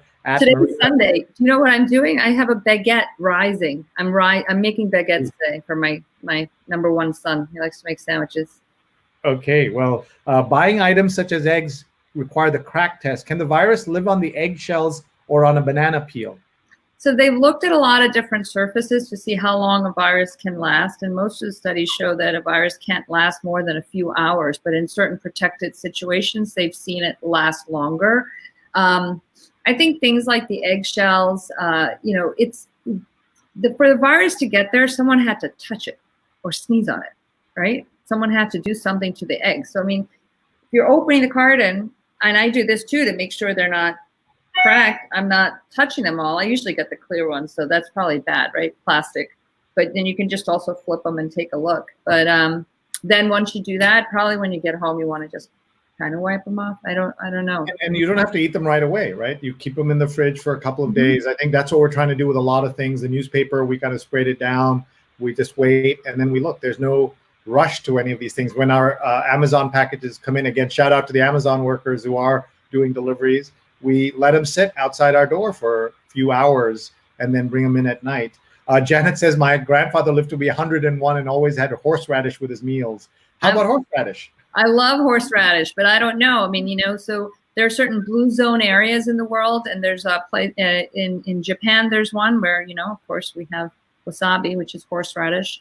But I don't think most of the other blue zones have horseradish as a main ingredient. But I just think, Janet, your grandpa was an Altakaka, so he just was going to live that long. How about this? Tanya says, viruses like an acidic body environment, they feed on sugar, dairy, meat, eggs, so a more vegetarian diet would help. I don't know that. It'll be interesting to see what happens in India, right? We have so many vegetarians there, and it would be interesting to see who gets this, who doesn't get it. I actually heard somewhere that Kerala has a high rate of COVID, but then when you look, the WHO is just saying that there's like 12 cases in all of India. So I feel like there's a big disconnect. and I haven't been able to. They're not testing as much, so that's part of it as well. That's one way to keep the numbers low. You don't test, and that's what's happening in some parts of America, as we're seeing. Marilyn asks if she just heard some Yiddish. Yes, Marilyn. you can't grow up in New York without throwing that out. Tell them a little bit about your growing up in New York. Where'd you go to school? Because I'm sure there are people who are watching who've been to your schools. And when you go to college? PS 151, which is not, I don't think it actually may have been redone as a school now. Then I went to PS 198. I was in the they called it SP back when I was in, but then it was like a tag program. Then I went to Robert F. Wagner Junior High, and then I went to Stuyvesant. Yay, Sty. And then I went to Union to a 6-year medical program. So I went to Union College and Albany Med, both my alma maters, and then did a lot of training. On top of that, to be here with you guys and to be back in New York City, which is my favorite city in the world, which is why it's rough when you go out because it's so dead, you know, in terms of people and the bustle, the hustle and the bustle. Like that's what really is so important, I guess, or vibrant about New York. It's what really distinguishes it from a lot of other big cities in the world. We've got some comments, Go Sty. We also have Deborah coming in and saying, yes, nice Yiddish Jewish expression for an old person. Now we fit that description. And Deborah talks about Om Shalom, which is Jewish Hindu culture blending together. In some cases, there are couples like that, or Indian and Jewish. We say Om Shalom, the Om Shalom Brigade. Some people call it that. And or Hindus is also a word you've heard, I'm sure. You have your friends like that. Paula says, we're so grateful to you. Dr. Kurian. Marilyn says, New Yorkers are naturally multilingual, and New Yorkers are great. And please, everyone, go back onto my Facebook or my YouTube, SreeNet, and watch Bill Ritter, the great Bill Ritter, the Channel 7 anchor for more than 20 years, who spent an hour and 15 minutes with us last night talking about recovering from COVID-19 himself. Very energetic he was. And it was such an exciting evening. It was a life highlight for me. We had a cameo of sorts from Dr. Ruth, who wasn't watching, but her friend was relaying what was going on. And she asked for a copy of the show, and Neil sent a link. I mean, only in New York, right? Like, can any of those things happen?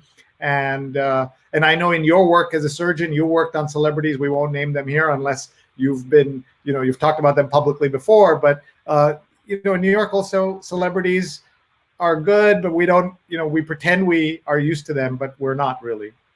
No, we always notice people, but you cool New Yorker, you just kind of give them the nod or the look, and if they look away, but if they see that you saw them, they'll give you a nod. You just walk by. It's just the way it is.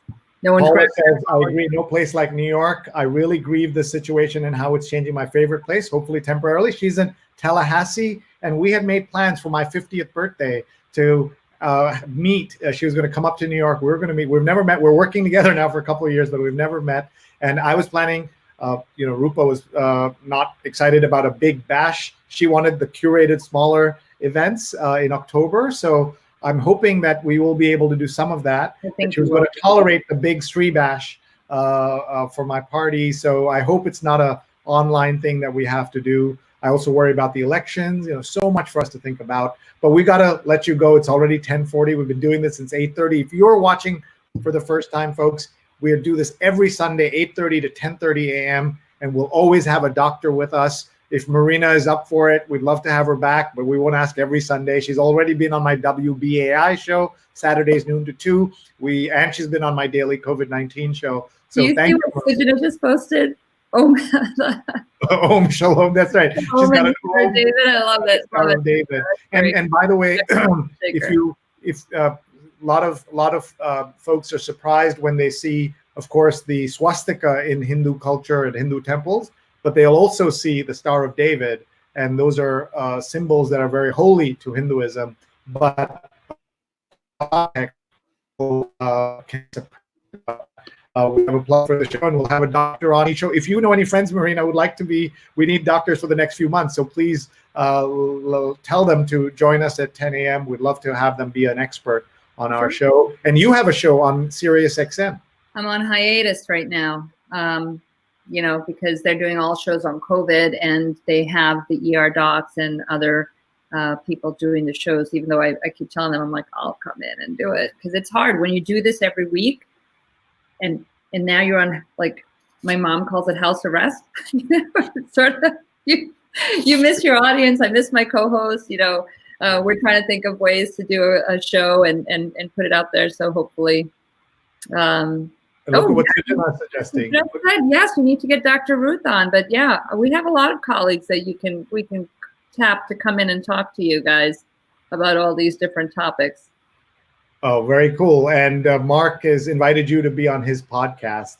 So he'll tweet at you at Marina Kurian so that you can be in touch. Next week, we have Andrew Hacker, author of Downfall, The Demise of a President and His Party. And we'll have a doctor separately as well. Marina, some final thoughts before we let you go, and then we'll bring Neil on. Okay, you guys, really just do what you're doing. Social distancing is going to make a difference. That's why I think our curve is going to flatten. And I think that I actually think our peak is going to be next week, because in New York State and New York City in particular, if you listen to Andrew Cuomo, when he asked you to stay home, we've been home since, the 13th of March. And that is a long time. And I think that will make a big difference in terms of how we're transmitting the virus. And hopefully, the key is to not overwhelm our hospitals. If you have, you think it's a cold or a run-of-the-mill thing, do telehealth. All the hospitals are offering it, and be seen, and they'll tell you if you should be going to the emergency room or not. That's really important. And Sujana also said that, who was our doctor last week. Before we go, I just want to show everybody our show tonight, 9 p.m. Eastern is my daily COVID-19 call. It's not always at 9, but Sunday nights is at 9 p.m. Eastern. Positivity. Corey Cohen, who is just on the show with us, watching. Priya Gopal, a coach and consultant, and Robin Ordent, who is the CEO of the Tapping Solution. All of them are going to be on to help you feel positive about things. If you'd like to be a sponsor, if you'd like to be a speaker, I need guests every day for the next several weeks and months. So please join us. It's my 24th straight day under lockdown. And I so appreciate everyone who's been watching. Please subscribe on YouTube. That's how you will be able to see what we're doing, and you'll know when we are live. Please email me, Sree@Sree.net. Guest ideas, speaker ideas, theme ideas, sponsor ideas. We have a rate card, very inexpensive, to support the read-along and support the COVID-19 calls. Please be in touch with us. Let me say goodbye to Marina and say to you, Marina, that you are an inspiration for all of us who are trying to, you're taking care of your own children, and your parents are nearby. You're all living kind of co-living old Indian style, but you're also a leader in your industry, and you're just so great. Thank you so much for doing this. Thanks so much for having me. Be happy to be on again in the next few weeks. Okay, thank you. And please, folks, follow Marina. Neil, why don't you come on, say hello, and we'll wrap it up. Hi, Sree and everyone else. Dr. Kurian, thank you very much for joining us today. This really was a great show, and appreciate all the great advice you're giving. For folks that missed it, I'd love to see the shirt again, because I think a little levity would be helpful, just to make sure people didn't miss it. This is for Harlan Coben, who was our guest earlier today. So thank you, Dr. Kurian. I appreciate it. All right, Neil, what a show, what a day. What a day, what a show. What we're doing with this show now is, and we've updated our banner, as folks know, the New York Times Read Along airs every Sunday at 8:30 a.m. Eastern Time, usually with a guest, almost always with a guest, on Facebook, LinkedIn, Twitter, and YouTube. But now we're adding a doctorate to each show, because we realize that there is a need and a hunger to answer questions around COVID-19. I definitely want to remind people and encourage them in terms of the words that Dr. Kurian offered us. Wear gloves, wash your hands, don't touch your face.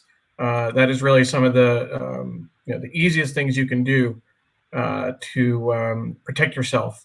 And my thoughts go out to everyone in New York, the epicenter of what's happening these days. I would like to close, Sree, with another thank you to our sponsors. Muck Rack. We're showing Shree's Muck Rack mug as well. Muck Rack Strategy Focus Group, Muck Rack, and Tweeps Map. We couldn't do this without you. We really appreciate your support. It's making it possible to reach a wider audience. If you are interested in sponsorship, please feel free to email me, Neil Parekh, neil@neilparekh.org. And again, Strategy Focus Group is a global team of human capital strategists committed to helping organizations solve people issues within your organization. They do that by working alongside you to solve your toughest problems and helping you capture your greatest opportunities. Muck Rack helps you discover news as it breaks, easily generate reports, and explore the work of journalists, podcasters, bloggers, and more. Muck Rack software helps PR teams build stronger relationships with the media. And if you're a journalist, you might also be eligible for their free tools to identify trends and showcase your work. Tweeps Map helps personalized relationships with your audience with a focused, straightforward, actionable analytics and all-in-one intelligent publishing platform. Thank you again to Strategy Focus Group, Muck Rack, and Tweeps Map for your support of the New York Times read-along. Sree, please go ahead. Now, I was going to say that those folks make it possible to have this incredible quality content for 2 hours every Sunday. There's hours of prep time before that. There's hours of meetings and calls before any of this happens. We want to thank Carla Baranakis for helping us get Harlan. But this all shows you that what is possible with support of great content. And we appreciate anybody who has marketing dollars sitting on the sidelines. Come in and support the read along, support the daily COVID-19 show. We want to help people, and getting support from you folks makes that possible. We want to thank Ronald Thomas and Samir and Greg and Mike from all our companies that are sponsoring us. We really appreciate it. We have tweeted out some specific links so that we can track how many people are going to these things. It makes a difference to us. So we will post them again in the read along so that you can go in and tag and say thanks to our sponsors for bringing you this free content every Sunday. We've expanded the time by another half hour so we can bring you a doctor. Everybody who does this, it's a labor of love, but I'd like to be able to pay for good work and good content. So please do support us by becoming a sponsor. And maybe you don't have anything that you want to sell, but you know a nonprofit that would love to have this format and this forum as we talk to people around the world. With thousands of people who watch every single week, and you'd want to reach them, and we have thousands of people on the read along as well. So I think we are there. Those are the links that people can take a look at. It's all readalong.link/strategy focus group /muckrack/tweepsmap. So please go, and you'll do me a favor, and you will help us get more advertisers if you go to those links and click on them, and it will make a difference. We'll also post them inside the read along on Facebook and Twitter, and there she is. Paula has just done that. Paul, this is a global, not a global, but all along the East Coast effort. I'm in New York. Neil is in suburban DC, and in Philly we have Steve Taylor, and in Tallahassee, Florida, we have Paula Kiger. It's like a, what do you call it? The I-95 route. We need to get more producers in here from other places. But it's just awesome to have this team. I am so honored to work with them. And these are the kind of folks we work together to make virtual events, digital events. If you want to contact us about your digital events, just email me, Sree@Sree.net. Follow these folks at Neil Parekh, at Big Green Pen, at Steve DeReeve.